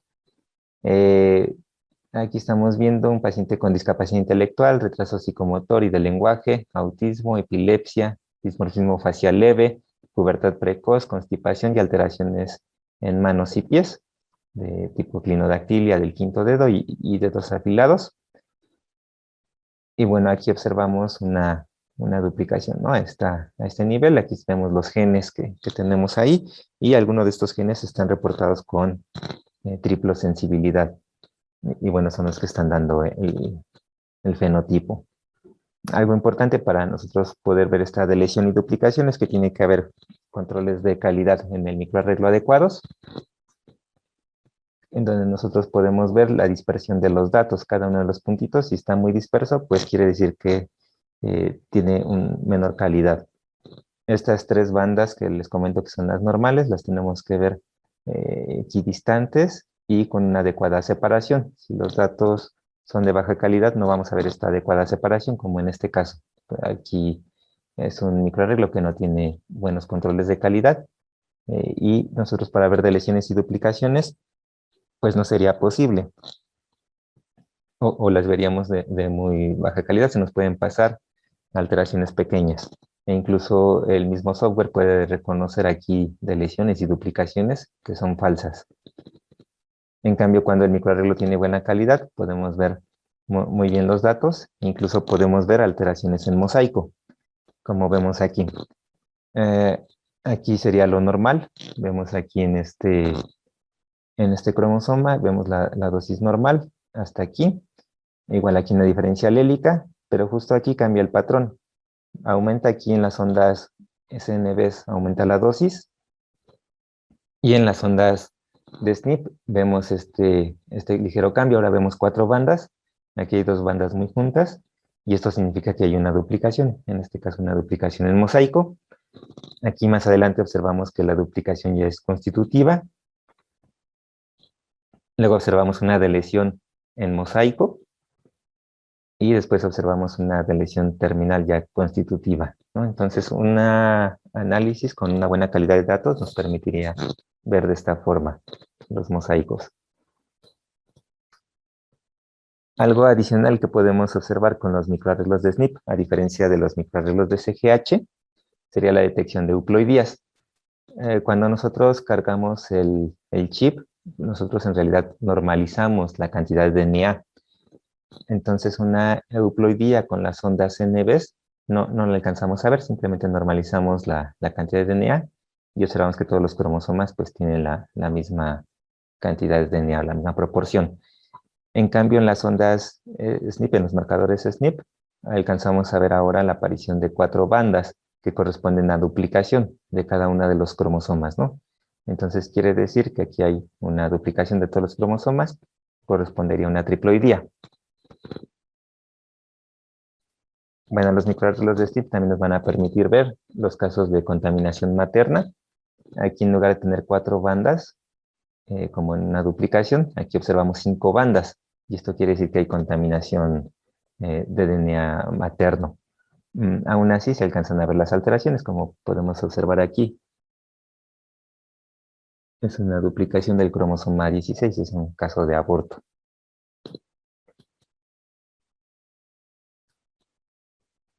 Y bueno, algo adicional que nos brinda información los microarreglos de SNP sería en el caso de enfermedades recesivas. No sé cuántos de ustedes pedirían un microarreglo de SNP en una enfermedad recesiva o cuando sospechan una enfermedad recesiva. Y bueno, es una herramienta poderosa que nos va a permitir ver alteraciones o ayudar a identificar el diagnóstico, como vamos a ver ahorita en estos casos. Aquí es un caso con un paciente de discapacidad intelectual y obesidad. Y bueno, se encontraron 2 alteraciones en el gen BPS13B, que está relacionado con el síndrome de Cohen. Y esta deleción, que sería aquí, bueno, pudiera ser explicada por una heterocigosis compuesta, podría explicar el fenotipo, ¿no? Con el síndrome de Cohen. Entonces, el 10% en realidad de las enfermedades monogénicas está dada por alteraciones de tipo CNB, por variaciones en el número de copias. Entonces, en algunos casos las podemos identificar. Aquí vemos la ausencia de heterocigosidad. Vemos las ondas no polimórficas que mantienen todo el tiempo su intensidad. Y en las ondas polimórficas vemos este cambio. Aquí vemos los homocigotos para A. Acá abajo vemos los homocigotos para B. Y aquí veríamos la región de heterocigotos. Entonces, justo aquí estamos viendo un cambio en donde se están perdiendo los heterocigotos. Quiere decir que aquí hay homocigosidad o ausencia de heterocigosidad. Si tuviéramos algún gen que se encuentre en estado recesivo, o sea, una variante patogénica en un gen en estado recesivo, pues se podría manifestar en el caso de una ausencia de heterocigosidad. Aquí es algo parcial. Aquí en este otro ejemplo es todo el cromosoma 9. Aquí lo vemos por una isodisomía uniparental del cromosoma 9. Todo el cromosoma perdió la heterocigosidad, ¿no? Si lo observamos en varios cromosomas, en múltiples cromosomas, como en este caso, todas estas regiones que vemos aquí en morado, son ausencias de heterocigosidades, significa consanguinidad. Aquí vemos un nivel alto de consanguinidad, son 25% de todas las regiones autosómicas tienen la ausencia de heterocigosidad, y esto corresponde a una consanguinidad con familiares de primer grado. Aquí vemos otro ejemplo de regiones con ausencia de heterocigosidad en un 6%, que correspondería a padres que son familiares de tercer grado. Aquí abajo vemos las vistas global de genoma, vemos todos estos huecos en la banda de heterocigotos, ¿no? Y bueno, de una forma muy precisa, con el microarreglo de SNP, en base al porcentaje de ausencia de heterocigosidad en autosomas, podemos ver el coeficiente de consanguinidad y el grado de parentesco que tienen los padres. Entonces, familiares de primer grado veríamos este 25%, o por ejemplo, en el otro caso que vimos, primos hermanos, vemos un grado de parentesco de tercer grado, veríamos este 6%, ¿no? Entonces podemos ver incluso desde quinto, séptimo grado de parentesco. Y aquí les pongo un ejemplo, un caso que vimos, es un paciente con retraso en el crecimiento intrauterino, talla y peso bajos, hipotonía, una macrocefalia relativa, dismorfismo facial, vemos aquí pospadia, criptorquidia, displasia metafisiaria, osteopenia, y algo que nos llamaba mucho la atención era este libedo, que se quitaba la ropa al paciente y tenía muchísima comezón. Los padres eran consanguíneos, eran primos hermanos, y ya contaba con un exoma normal en una institución que lo reportaba como normal. Entonces, para abordar a este paciente, pues decidimos hacer un microarreglo exom, que es el que tiene más resolución, por si acaso se trataba de una alteración de tipo CNV muy pequeña, que estuviera a nivel de un solo exón, y que por eso no la hayan podido detectar a nivel del exoma. En el caso del microarreglo salió sin ninguna alteración CNV, pero encontramos este porcentaje de ausencia de heterozigosidad del 7.42%, que correspondería al parentesco de tercer grado, que ya sabíamos por el antecedente de la consanguinidad. Pero esto nos permitió hacer el análisis de las regiones con ausencia de heterocigosidad. Entonces, de este 7.42% estaba en 23 regiones. Estas 23 regiones contenían 2004 genes. De estos 2004 genes, solamente 1151 eran genes OMIM, genes bien descritos, y de estos, alrededor de 200 genes estaban relacionados con enfermedades recesivas. Y de estas 200 enfermedades recesivas, solamente una era la que era compatible con el fenotipo. Entonces, se localizó este gen, POL-E, que podía explicar el fenotipo de este paciente y que se encontraba en esta región de ausencia de heterocigosidad.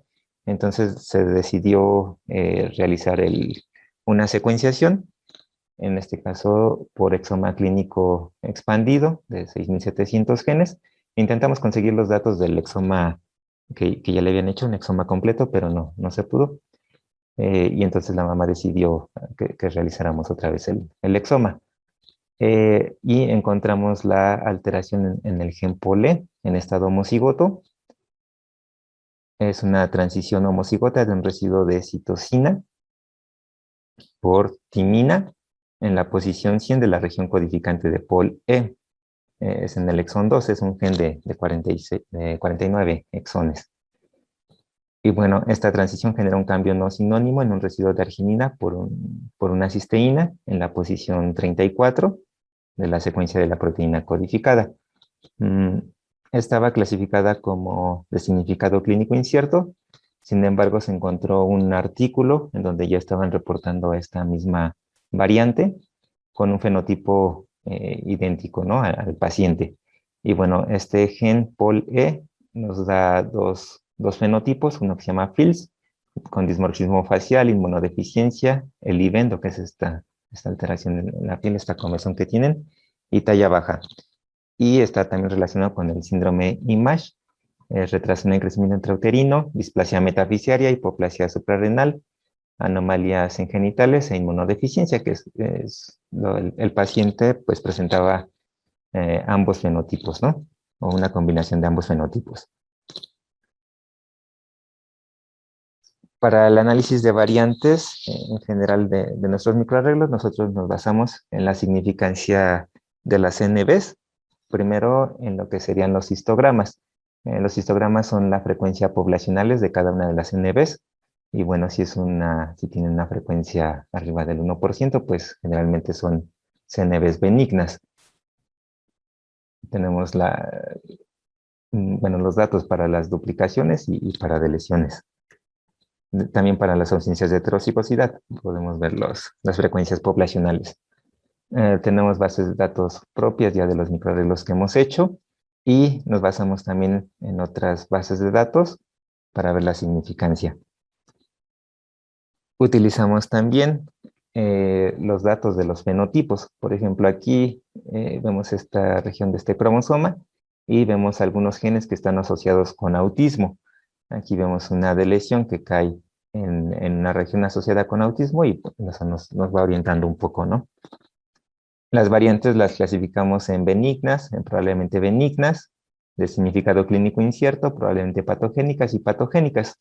Las benignas, donde ya tiene una frecuencia alta en la población, pues no las reportamos, tampoco las probablemente benignas, y solamente reportamos las de significado clínico incierto, que muchas veces a veces requieren un reanálisis posterior después de un tiempo para ver si ya están reportadas como benignas o como patogénicas.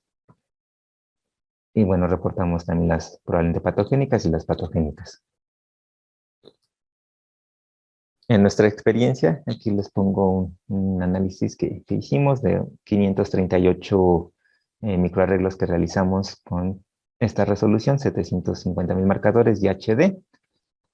56% fueron normales, 5% los reportamos con ausencias de heterocigosidad y consanguinidad, 20% tenían alguna deleción, 13% tenían una duplicación y 6% tenían tanto deleción como duplicación.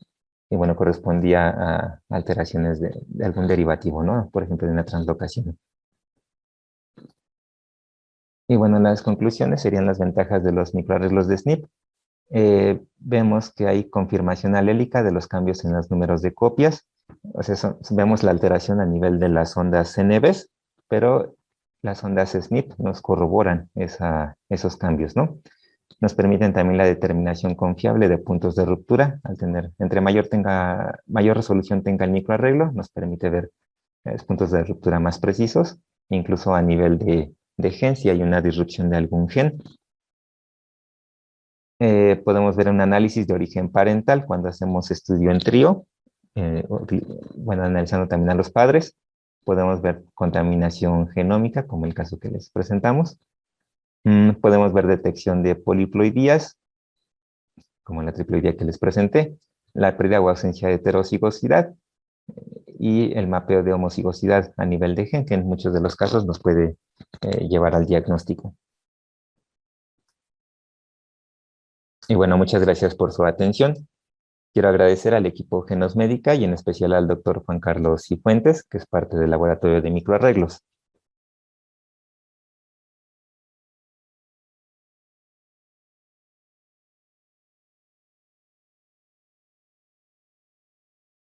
Muy bien, pues estamos ya en la sesión de preguntas y respuestas y me da mucho gusto tener aquí a los participantes de esta sesión académica a cargo de Genos Médica, Leonardo, Luz del Carmen, Roberto y Cuautli, gracias por estar aquí. Tenemos bastantes felicitaciones para ustedes y algunas preguntas. Voy a empezar con las felicitaciones por parte de Silvia Sánchez Sandoval. Felicitaciones para Roberto, un gusto escucharte y felicidades al grupo de Genos Médica. María de Jesús Gaitán pregunta a Roberto si no encontraron mosaicos de Turner o variantes estructurales del cromosoma X en tu estudio. Sí, encontramos variantes, encontramos mosaicismo. En realidad esto ya es parte de la siguiente etapa. Ahorita en este primer estudio lo que queríamos hacer era una estratificación de grupos y en la siguiente etapa vamos a agarrar, por ejemplo, los casos de síndrome de Down y todas las diferentes variantes, lo mismo con la monosomía del X. Bueno, te puedo adelantar que lo que encontramos, además de la monosomía X pura, encontramos mosaico con isocromosoma de brazo largo y quizás más frecuente con un isodicéntrico del X.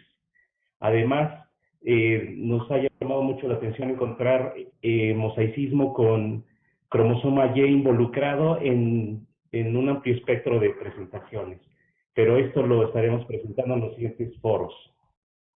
Muy bien, muchas gracias. Y bueno, creo que por aquí debe andar la doctora Lolita, por si ve el cariotipo que presentaste, pues fue un buen ejercicio para el examen del consejo. Sí, muy bueno. Hay felicitaciones por parte de Beatriz Heréndira Sánchez, de Luz María Garduño Sarazúa. Felicidades, equipo Genos. Un gran trabajo y grandes colaboradores. Esperemos pronto ver los hallazgos citogenéticos de los 10 años que ya hiciste algún adelanto, Roberto. Beatriz Maciel Gutiérrez, muchas felicidades, abrazos. Elvira Silvet Chiñas, muy interesante la información, gracias por compartir y felicidades, excelente equipo. Francisco Gavino Zúñiga de Tapachula hace una pregunta interesante. ¿Cuál ha sido el principal reto en la implementación de estas herramientas moleculares como institución particular?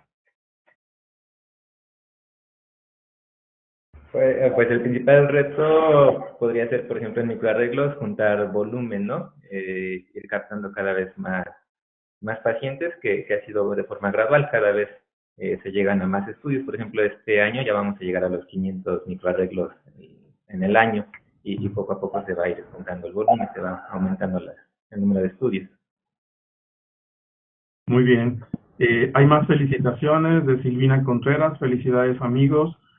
Carmen Ávila, muchas felicidades por su gran trabajo. Joana Delgado, muchas felicidades a este gran equipo Genos, excelente trabajo. Patti Greter, muchas felicidades a todo el equipo de Genos. Mónica Elizabeth Quintana, felicidades por ser emprendedores en el área de la genética. Yuritsi Santillán, felicidades equipo Genos y gracias por el apoyo. Y yo quisiera plantearles una pregunta. Los casos que presentaron, y seguramente tienen más casos interesantes, ¿cómo ha sido la parte de la publicación de estos trabajos o qué planes tienen en relación a ellos?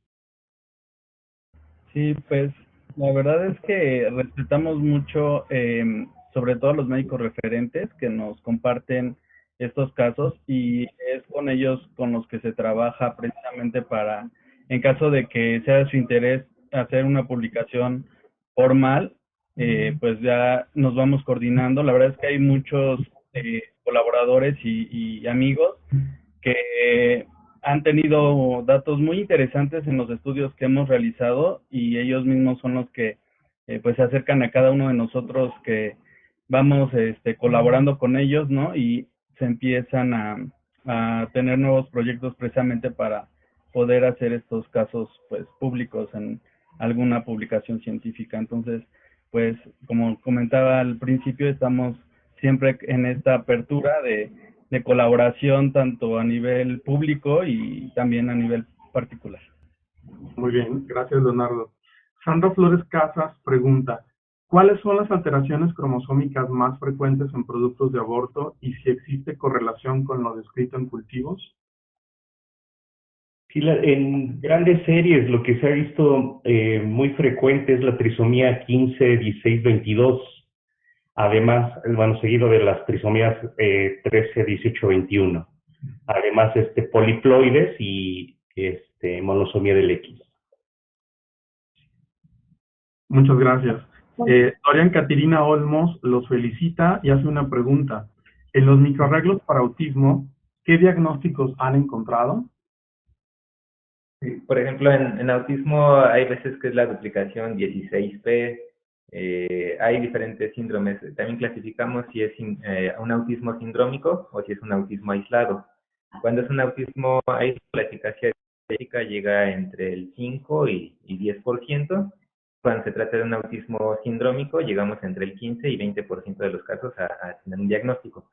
Pero de la más frecuente sería esa, la duplicación de 16P o la deleción de 16P. Son de las más frecuentes en autismo. Muchas gracias. Hay una felicitación de Mabel Cerrillo, felicidades, muy didáctica la presentación, interesante e informativa. Una felicitación por parte de Alicia Cervantes, felicidades al equipo Genos, igual de Carlos Alberto Venegas y Marechoy Gaitán, que los felicita a todos los Genos. Melania Abreu, agradecer nuevamente a todos nuestros colaboradores, además de a nuestros médicos referentes por la confianza y al equipo. Creo que valdría la pena agregar que se realiza el cariotipo en tejido y array en los casos prenatales como un estudio complementario. No sé si quieran agregar algo a este comentario. Sí, justo Sí, lo que comentábamos, ¿no? Que las técnicas son complementarias. Idealmente, pues se tienen que hacer los dos estudios cuando es posible. Sin embargo, pues sigue habiendo ciertas limitaciones. Y más que nada ahora el microarreglo ha sido una herramienta para esos casos que no tienen crecimiento, ¿no? Entonces, pues en un intento por rescatar un resultado, rescatar esa muestra, hemos visto que nos ha resultado muy bien. Lo que más hemos encontrado en los no crecimientos son poliploidías y estos aneuploidías más raras, ¿no? Como les enseñé, el del 3, el del 4, pues salen en el microarreglo y son tejidos que no crecieron. Y lo ideal es hacer los estudios al mismo tiempo, porque vamos a poner el ejemplo que salga síndrome de Down, una trisomía 21, en el microarreglo. Luego necesitaríamos hacer el cariotipo, pero si no se realizó al mismo tiempo, ya las células ya no son tan viables, ¿no? Para poder hacer el pivo. Entonces es mejor desde el principio hacer los dos estudios. De hecho, ofrecemos un paquete de los dos estudios al mismo tiempo, con un costo más económico, pero es mejor porque así ya los resultados tienen una correlación, ¿no? De los resultados, y cuando se requiera ver la ubicación física del material adicional que estamos viendo, pues requerimos el cariotipo. Muy bien. Dora Hilda Mayel Molina también nos felicita por sus primeros 10 años, un gran equipo, excelente panorama general y completo de los estudios que realizan. Definitivamente la correlación clínica es muy importante en los hallazgos que han presentado. Siguen más las felicitaciones de Enrique Adrián Martínez Cervantes, felicidades a todo el equipo Genos. Mario René Romero, afectuoso saludo y felicitación al equipo de Genos Médica. Grisel Rodríguez Ruiz, felicidades Genos, ustedes realizaron el microarreglo de mi hijo y comprendí varias cosas sobre el síndrome Williams. Fue impactante observar todo su genoma. Gracias y abrazos. Hay más felicitaciones de Cristian Florelli Pérez, de Sandra Elma Sánchez Camacho, de Ricardo Meléndez Hernández. Hay una pregunta. ¿Y se utilizan alguna metodología para descartar contaminación de células maternas en los productos de aborto? ¿Cómo reportan sus resultados cuando esto sucede? Bueno, el poder eliminar al 100% la contaminación con células maternas realmente es imposible. De hecho, la literatura menciona que entre un 2 y 4% de los casos pueden tener contaminación materna. Podemos, en realidad, se puede, desde el momento que se elige la muestra en el microscopio de disección, ahí se selecciona de la mejor forma la muestra para no tener esa contaminación. Sin embargo, esa contaminación no es posible eliminarla al 100%. Ya en los resultados, cuando vemos que sí hay una línea celular XY con una alteración o normal y vemos células XX, podemos suponer que podría tratarse de contaminación con células maternas, pero no es fácil. Sí, en el caso del microarreglo, como hacemos los estudios con SNP, pues podemos ver fácilmente la contaminación materna y el resultado, la fórmula cromosómica, eliminamos la contaminación, pero en la vista global del genoma se observa la contaminación y hay unos reportes donde ponemos que ahí vemos una contaminación, sobre todo cuando llega líquido amniótico o tejido de aborto, líquido amniótico hemático, o en tejido de aborto, cuando vemos la contaminación, pues se observa en los SNP y podemos ver el grado de contaminación muy precisa, de forma muy precisa, si es del 50%, del 70% o del 20%, pero aún así alcanzamos a ver las alteraciones por microarreglo. Muy bien, muchas gracias. Hay más felicitaciones de Manuel Martínez Mancillo, felicidades Genos Médica. Julieta Castillo Cadena, muy interesante, muchas gracias, saludos para todos y felicidades. Luz María Garduño tiene una pregunta. ¿Los criterios de análisis de microarreglos son los mismos por tipo de array o hay modificaciones de acuerdo a los datos clínicos? Los microarreglos utilizamos lo mismo, que serían 10 sondas y 10 kilobases. Para tratar de hacer un estudio más sensible, tratar de detectar alteraciones más pequeñas, bajamos este límite y bueno, serían 10 sondas lo que estamos utilizando. La ventaja de tener una buena calidad en los datos es que nos permite bajar ese umbral, ¿no? Hacer un análisis con menos ondas. Okay. Hay otra pregunta de Sandra Flores que dice, en algunos de sus registros de arrays es frecuente el síndrome de microduplicación 7Q11.23 y el de microduplicación 22Q11.2. Sí, vemos en realidad la gran mayoría de los alterados en microarrays son no recurrentes, pero varios sí son recurrentes. Entonces, dentro de los recurrentes, pues sí los observamos con cierta frecuencia. Vemos incluso alteraciones donde se han reportado 4 pacientes en todo el mundo, 30 pacientes, porque en realidad son poco frecuentes, pero al sumar todas las frecuencias de todos, pues sí los encontramos con relativa frecuencia. La duplicación 22Q11 la vemos con mayor frecuencia que la del 7, pero sí hemos visto las dos. Gracias. Hay una felicitación por parte de la doctora Victoria del Castillo. Felicitaciones por estos primeros 10 años y por el gran esfuerzo. Adriana Carolina Ramírez, excelente ponencia y trabajo en equipo, muchas felicidades. Hay una pregunta por parte de Luis Eduardo Becerra. ¿Cómo se visualizan en los siguientes 10 años? ¿Y cuál es el siguiente reto para ustedes como equipo? Bueno, ahorita somos un centro especializado, ¿no? En genética, como una pequeña clínica, pero el reto es ser después más adelante una institución, aceptar residentes, tener ya algo académico, estar con publicaciones, hacer investigaciones, y a lo mejor en 10 años ya estamos en investigación de terapia clínica, ¿no? También es uno de nuestros objetivos, estar ya haciendo algo más molecular y más ayuda para los pacientes, ¿no? Excelente, muy bien. Una última pregunta por parte de Gilda Sofía Garza. Muchas felicidades. ¿Qué página utilizan para analizar los genes incluidos en las zonas con ausencia de heterocigosidad para que sea más eficiente esta búsqueda y ver la relevancia de los genes con enfermedades recesivas? Bueno, nos apoyamos mucho en el software de análisis del microarreglo. O sea, en el software podemos ver todos los genes que están ahí en esa deleción o en esa duplicación. Podemos ver en las nuevas actualizaciones incluso cuáles tienen insuficiencia y cuáles tienen triplosensibilidad en el mismo software. Y nos apoyamos también con otras bases de datos externas como Decipher, por ejemplo. ClinVar nos permite ver los genes. Nos apoyamos también en la base de OMIM. Ahí podemos ver por regiones cromosómicas los genes que dan enfermedades recesivas, ¿no? Por ejemplo. Y bueno, ahí pues es una búsqueda un poco manual, no se puede hacer tan automatizado e ir buscando por gen y el fenotipo que da. Muy bien. Bueno, hay una última pregunta de Raúl Piña. Gracias por la presentación. En los resultados de microarreglos con SNPs de abortos con aneuploidía con mosaico, ¿han podido analizar la posibilidad de rescates monosómicos o trisómicos? Y si pudieran comentar cuántos de estos 97 estudios de aborto, si alguno fue de fertilización in vitro. Sí, en algunos casos cuando vemos el rescate podemos ver ya las isodisomías. Entonces, es una ventaja de los microarreglos de Smith que podemos ver isodisomías. No alcanzamos a ver como tal heterodisomías, a menos de que hagamos un estudio en trío, o sea, con los padres de ese producto de aborto, pero cuando es una isodisomía lo alcanzamos a ver muy bien y podemos alcanzar a ver cuando es un rescate trisómico, ¿no? A lo mejor alcanzamos a ver incluso en mosaico lo que sería la trisomía, por ejemplo, una trisomía 15, y alcanzamos a ver la isodisomía también, ¿no?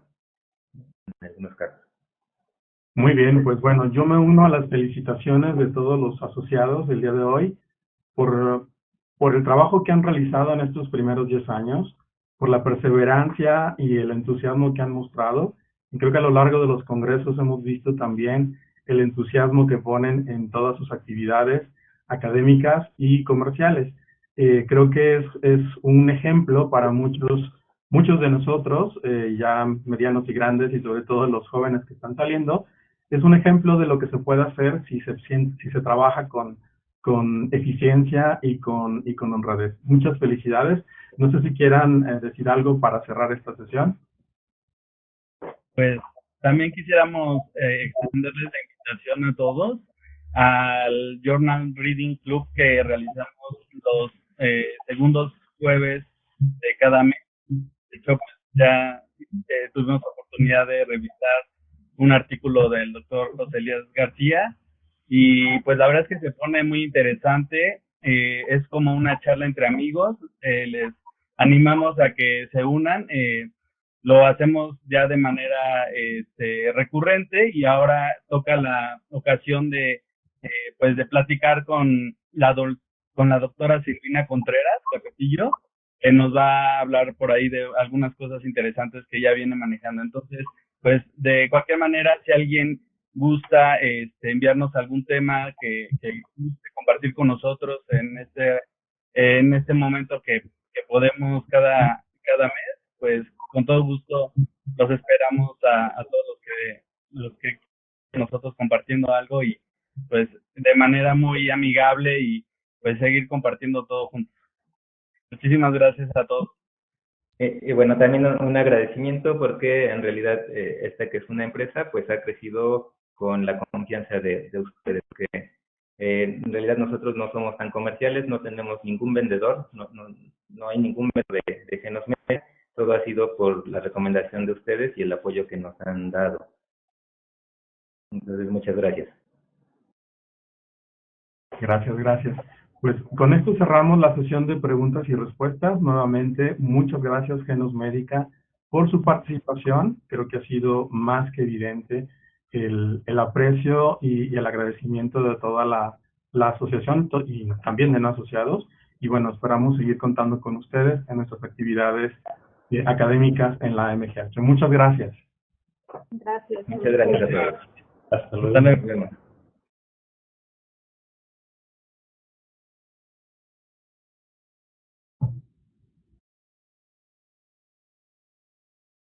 Muy bien, y ya vamos a la parte final de esta sesión. Como siempre, concluimos con asuntos generales. Empezamos con las sesiones mensuales virtuales. Hemos concluido satisfactoriamente la 8ª sesión. Nos queda la 9ª, que es el 5 de octubre. Le toca a la sede León, al Hospital Aranda de la Parra, y estará coordinado por la doctora Mayra Celina Gallegos, a quienes les agradecemos también su participación. Y para el mes de noviembre tenemos el Congreso Nacional de Genética Humana. En relación a las convocatorias 2021, quiero anunciarles que la convocatoria del reconocimiento y la contribución al desarrollo de la genética humana en México, hemos decidido extender la fecha, esta es su 8ª edición, empezamos desde el año 2013, año con año hemos ido haciendo estos reconocimientos a grandes personalidades de la genética, y en esta ocasión hemos decidido extender hasta el 18 de septiembre la convocatoria para que sigan haciendo sus propuestas. La convocatoria como tal se puede descargar en la sección correspondiente de la página de la AMGH. Lo mismo también para los premios en las mejores investigaciones en el campo de la genética humana o el premio Héctor Márquez Monter, que está abierto hasta el 17 de septiembre con sus 4 categorías: genética de poblaciones y epidemiología, ciencias genómicas, genética clínica y citogenética, y genética bioquímica y molecular.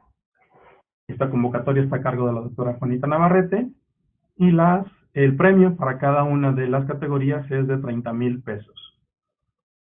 La convocatoria correspondiente también la pueden descargar en la página de la AMGH. Les invitamos a que hagan uso de estas convocatorias. Creo que son bastante provechosas, y sobre todo el reconocimiento por parte de la asociación. En relación al 46º Congreso Nacional de Genética Humana, seguimos trabajando en el modelo híbrido. El congreso se celebrará del 8 al 13 de noviembre de 2021. El registro está abierto desde el mes pasado, el 7 de agosto. Nuestra sede para la parte presencial es la ciudad de La Paz. Ahorita vamos a hablar de los hoteles que están disponibles. Y bueno, como les habíamos comentado, es un trabajo entre todos. Ustedes deben mantener el uso de cubrebocas, el lavado de manos, la distancia social, y quienes participen presencialmente deberán demostrar que están vacunados, que tienen esquema de vacunación completo, o que tienen una prueba PCR negativa de fecha reciente a la fecha del inicio del Congreso. Por parte de nosotros mantendremos espacios abiertos, evitaremos aglomeraciones y mantendremos el uso de medidores de CO2, entre otras medidas, para disminuir los riesgos de contagio. El mes pasado precisamente estábamos iniciando esta tercera ola a este mes parece que ya estamos en descenso. De acuerdo a las predicciones, es muy probable que para el mes de noviembre estemos francamente en la cima más baja, en la cima con S, y creemos que podemos mantener las condiciones para que este congreso se realice, lo cual nos da mucho gusto. Tenemos varios hoteles sede, empezando por el Catedral, el Baja Club, el Costa Baja, el City Express y el Marine Waterfront. Hay más hoteles dentro de la ciudad. Es una ciudad muy pequeña, están los Seven Crown y los hoteles Palmira. Bueno, aunque ustedes ven una distancia considerable entre los hoteles, realmente en carro es muy corta la distancia. Son de 5 a 10 minutos y nunca hay tráfico. Entonces, la distribución de las actividades, ya lo había mencionado la vez anterior, serán en el Costa Baja, City Express, el Marine y el Catedral para las sesiones presenciales, para que lo tomen en cuenta. Y bueno, esta información estará disponible también en la página del Congreso. Como pueden ver, el registro y el programa se encuentran ya disponibles en la misma página de la MGH, nada más hay que cambiarse al portal Congreso o AMGH de manera reversible y pueden ver todas las actividades. Tenemos abierto ya el registro de congresistas. El registro de trabajos también está abierto, cierra el 23 de septiembre. Los trabajos que sean aceptados serán publicados a partir del 9 de octubre.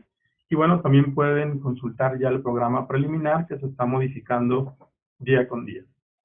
Tendremos conferencias, simposios en modalidad virtual y modalidad presencial, expo comercial exclusivamente en modalidad virtual y la presentación de trabajos también será exclusivamente en modalidad virtual. Tenemos las cuotas de inscripción para la modalidad presencial, tanto para socios vigentes como para no socios.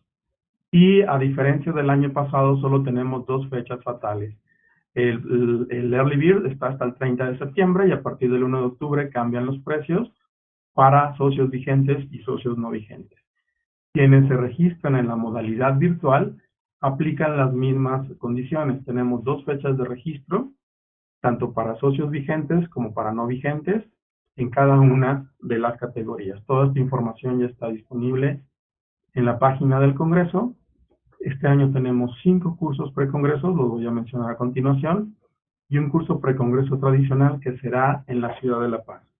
Estas son las condiciones de pago, con tarjeta, transferencia, ventanilla o cualquiera de estas. Tenemos 5 cursos precongresos de especialización. Empiezan el 9 de octubre, por ahí había una pregunta por parte de la doctora Arena Sordo. Sí, el 9 de octubre empezamos, 16, 23, 38 de noviembre, con el primero de herramientas diagnósticas en estudios de imagen para el genetista clínico, coordinado por Alejandro Gaviño, un curso de enfermedades lisosomales en México, lo que sabemos, lo nuevo y los retos por venir, coordinado por el doctor Steven Vargas y Lizeth Carnot. Otro sobre enfermedad de Fabry, coordinado por David Cervantes. Herramientas de análisis de variantes génicas por Ocelotl Azotla. Y evaluación y diagnóstico de alteraciones craneofaciales por la doctora Laura Cornejo y la doctora Beatriz de la Fuente. Y el día 8 y 9 de noviembre tendremos el curso precongreso tradicional. Entonces tenemos nuestro programa completo, los 5 cursos precongreso de especialización y el precongreso tradicional. Como pueden ver, todavía no ponemos el título porque estamos terminándolo, pero tenemos una noticia. Los precongresos 2 y 3 cuentan con patrocinio, es decir, hay becas de inscripción. Son 40 lugares para cada uno de estos y a partir del número 41 habrá que hacer un pago muy simbólico y no será el pago complementario. Entonces, aunque son 5 cursos precongreso, hay 2 que tienen cupo limitado, pero que están siendo patrocinados por varias empresas. Entonces, agradecemos a quien tenga interés en participar, pues se pueda registrar lo antes posible para conseguir estos lugares dentro del curso. Y obviamente quien lo tome, pues que lo aproveche lo mejor que pueda, ¿no? O sea, no se trata nada más de tomar un curso y no asistir. Consideraremos y agradeceremos que quienes se inscriban participen dentro de ellos. Los programas ya están disponibles, algunos de ellos, otros siguen en revisión, pero antes del 15 de septiembre tenemos el programa general completo. El Congreso tendrá 12 simposios académicos en los días oficiales del Congreso. Tenemos 9 simposios patrocinados, 7 conferencias plenarias, magistrales obviamente, y una mesa de debate. Estos son los simposios académicos. Empezamos el día 10, 11 y 12. Tenemos 4 simposios por día. La temática es muy diversa. Creemos que es un muy buen programa. Tenemos participantes nacionales e internacionales, y aquí tenemos a los 12 coordinadores, a 14 coordinadores, 13 coordinadores de cada uno de ellos, a quienes les agradezco las gestiones y el trabajo que están realizando desde antes de esta sesión. Tenemos también 9 simposios patrocinados que serán en horarios de 2 a 4 de la tarde, los mismos días, 10, 11 y 12. Estas son las empresas farmacéuticas participantes, y los programas serán adicionados en este mes. Tenemos también los trabajos libres. Están ya las instrucciones para hacer el registro. Les recomendamos que los lean con cuidado. Hemos estado recibiendo algunas llamadas con preguntas específicas. Creemos que las hemos resuelto todas, pero les invitamos a que lean las instrucciones y la convocatoria. Tendremos también menciones honoríficas y premiación de trabajos libres virtuales. Y bueno, la dinámica es la misma del año pasado. Primero hay que hacer el registro del trabajo. Este trabajo será preevaluado por un grupo de ad hoc. Si es aceptado, se le comunicará a la persona que va a presentar el trabajo para que prepare su presentación y se haga una grabación de la evaluación en sala virtual, y si es aprobada, será exhibida en el Congreso. Y a partir de la fecha en que se presenta, queda el trabajo en extenso para ser observado, como lo hicimos el año pasado. Creemos que esa modalidad nos permite revisar los trabajos con tranquilidad y sobre todo evitamos la aglomeración de personas en el Congreso presencial. Tendremos también la Asamblea General de Asociados del Consejo Mexicano de Genética el jueves 11 de noviembre, y el viernes tendremos la Asamblea General Ordinaria con carácter de electiva de la MGH, de acuerdo a los artículos vigentes 23 y 24. Cabe aclarar que el acceso a estas asambleas es independiente de si están inscritos o no al Congreso. Simplemente tendremos que corroborar que sean asociados vigentes de acuerdo a los estatutos tanto del Consejo como de la Asociación para participar, e independientemente de que estén registrados al Congreso, lo podrán hacer. La certificación de la vigencia será por parte del Consejo para la Asamblea del día 11 de noviembre, y la de los asociados para la Asamblea Electiva será por parte de la MGH. Recuerden que tienen hasta el 13 de septiembre para pagar o estar vigentes los asociados numerarios que deseen participar en la elección o como candidatos. La convocatoria será publicada 30 días antes del 12 de noviembre, es decir, el 12 de octubre.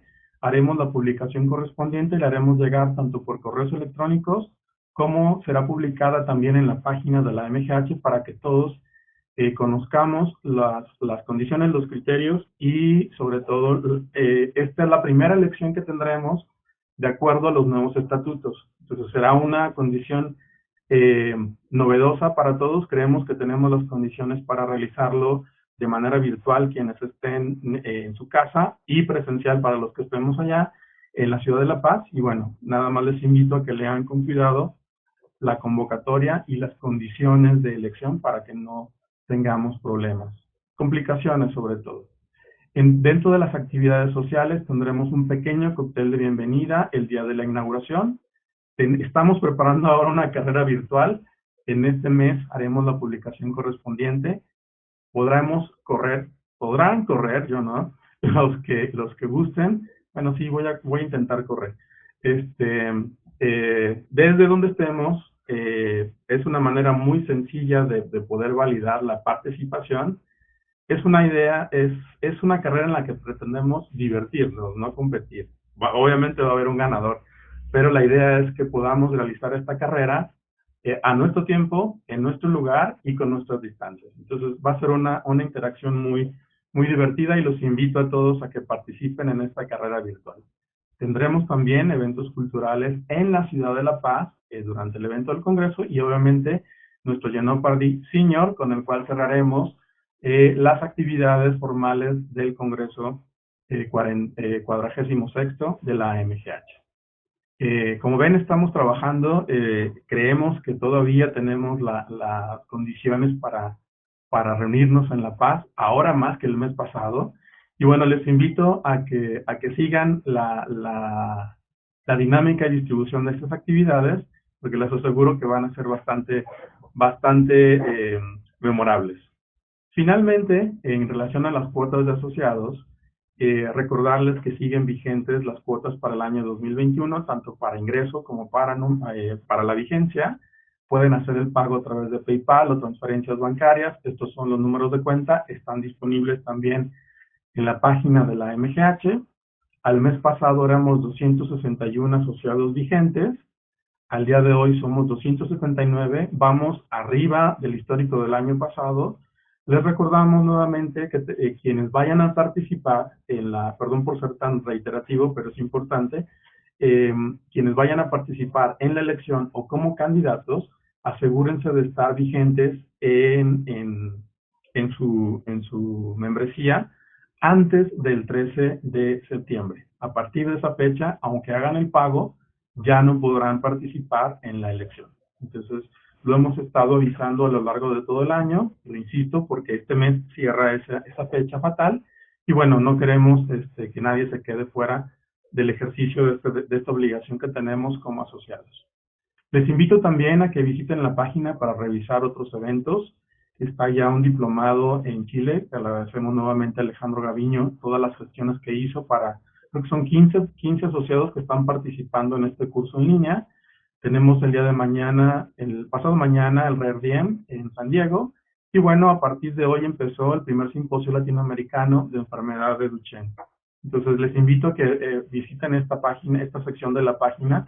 Continuamente estamos agregando eventos que consideramos son del interés y la importancia para ustedes. Finalmente, socializo los datos de contacto, nuestro teléfono 33 23 12 56 55. A cualquier duda que tengan en relación al Congreso, inscripciones, pueden llamarnos. También tenemos la cuenta de soporte y las cuentas de presidente, vicepresidente, secretario, tesorero y vocales norte, centro, sur y occidente, @mgh.mx. Y bueno, también les invito a que sigan nuestras actividades a través de nuestras redes sociales, en Facebook, en Twitter, en Instagram y en el canal de YouTube. Nuevamente les invito a que consideren la participación virtual o presencial en este modelo híbrido del 46º Congreso Nacional de Genética Humana. Y bueno, no me queda más que agradecerles a todos su asistencia y su participación. Que tengan muy buenas tardes y muchas gracias.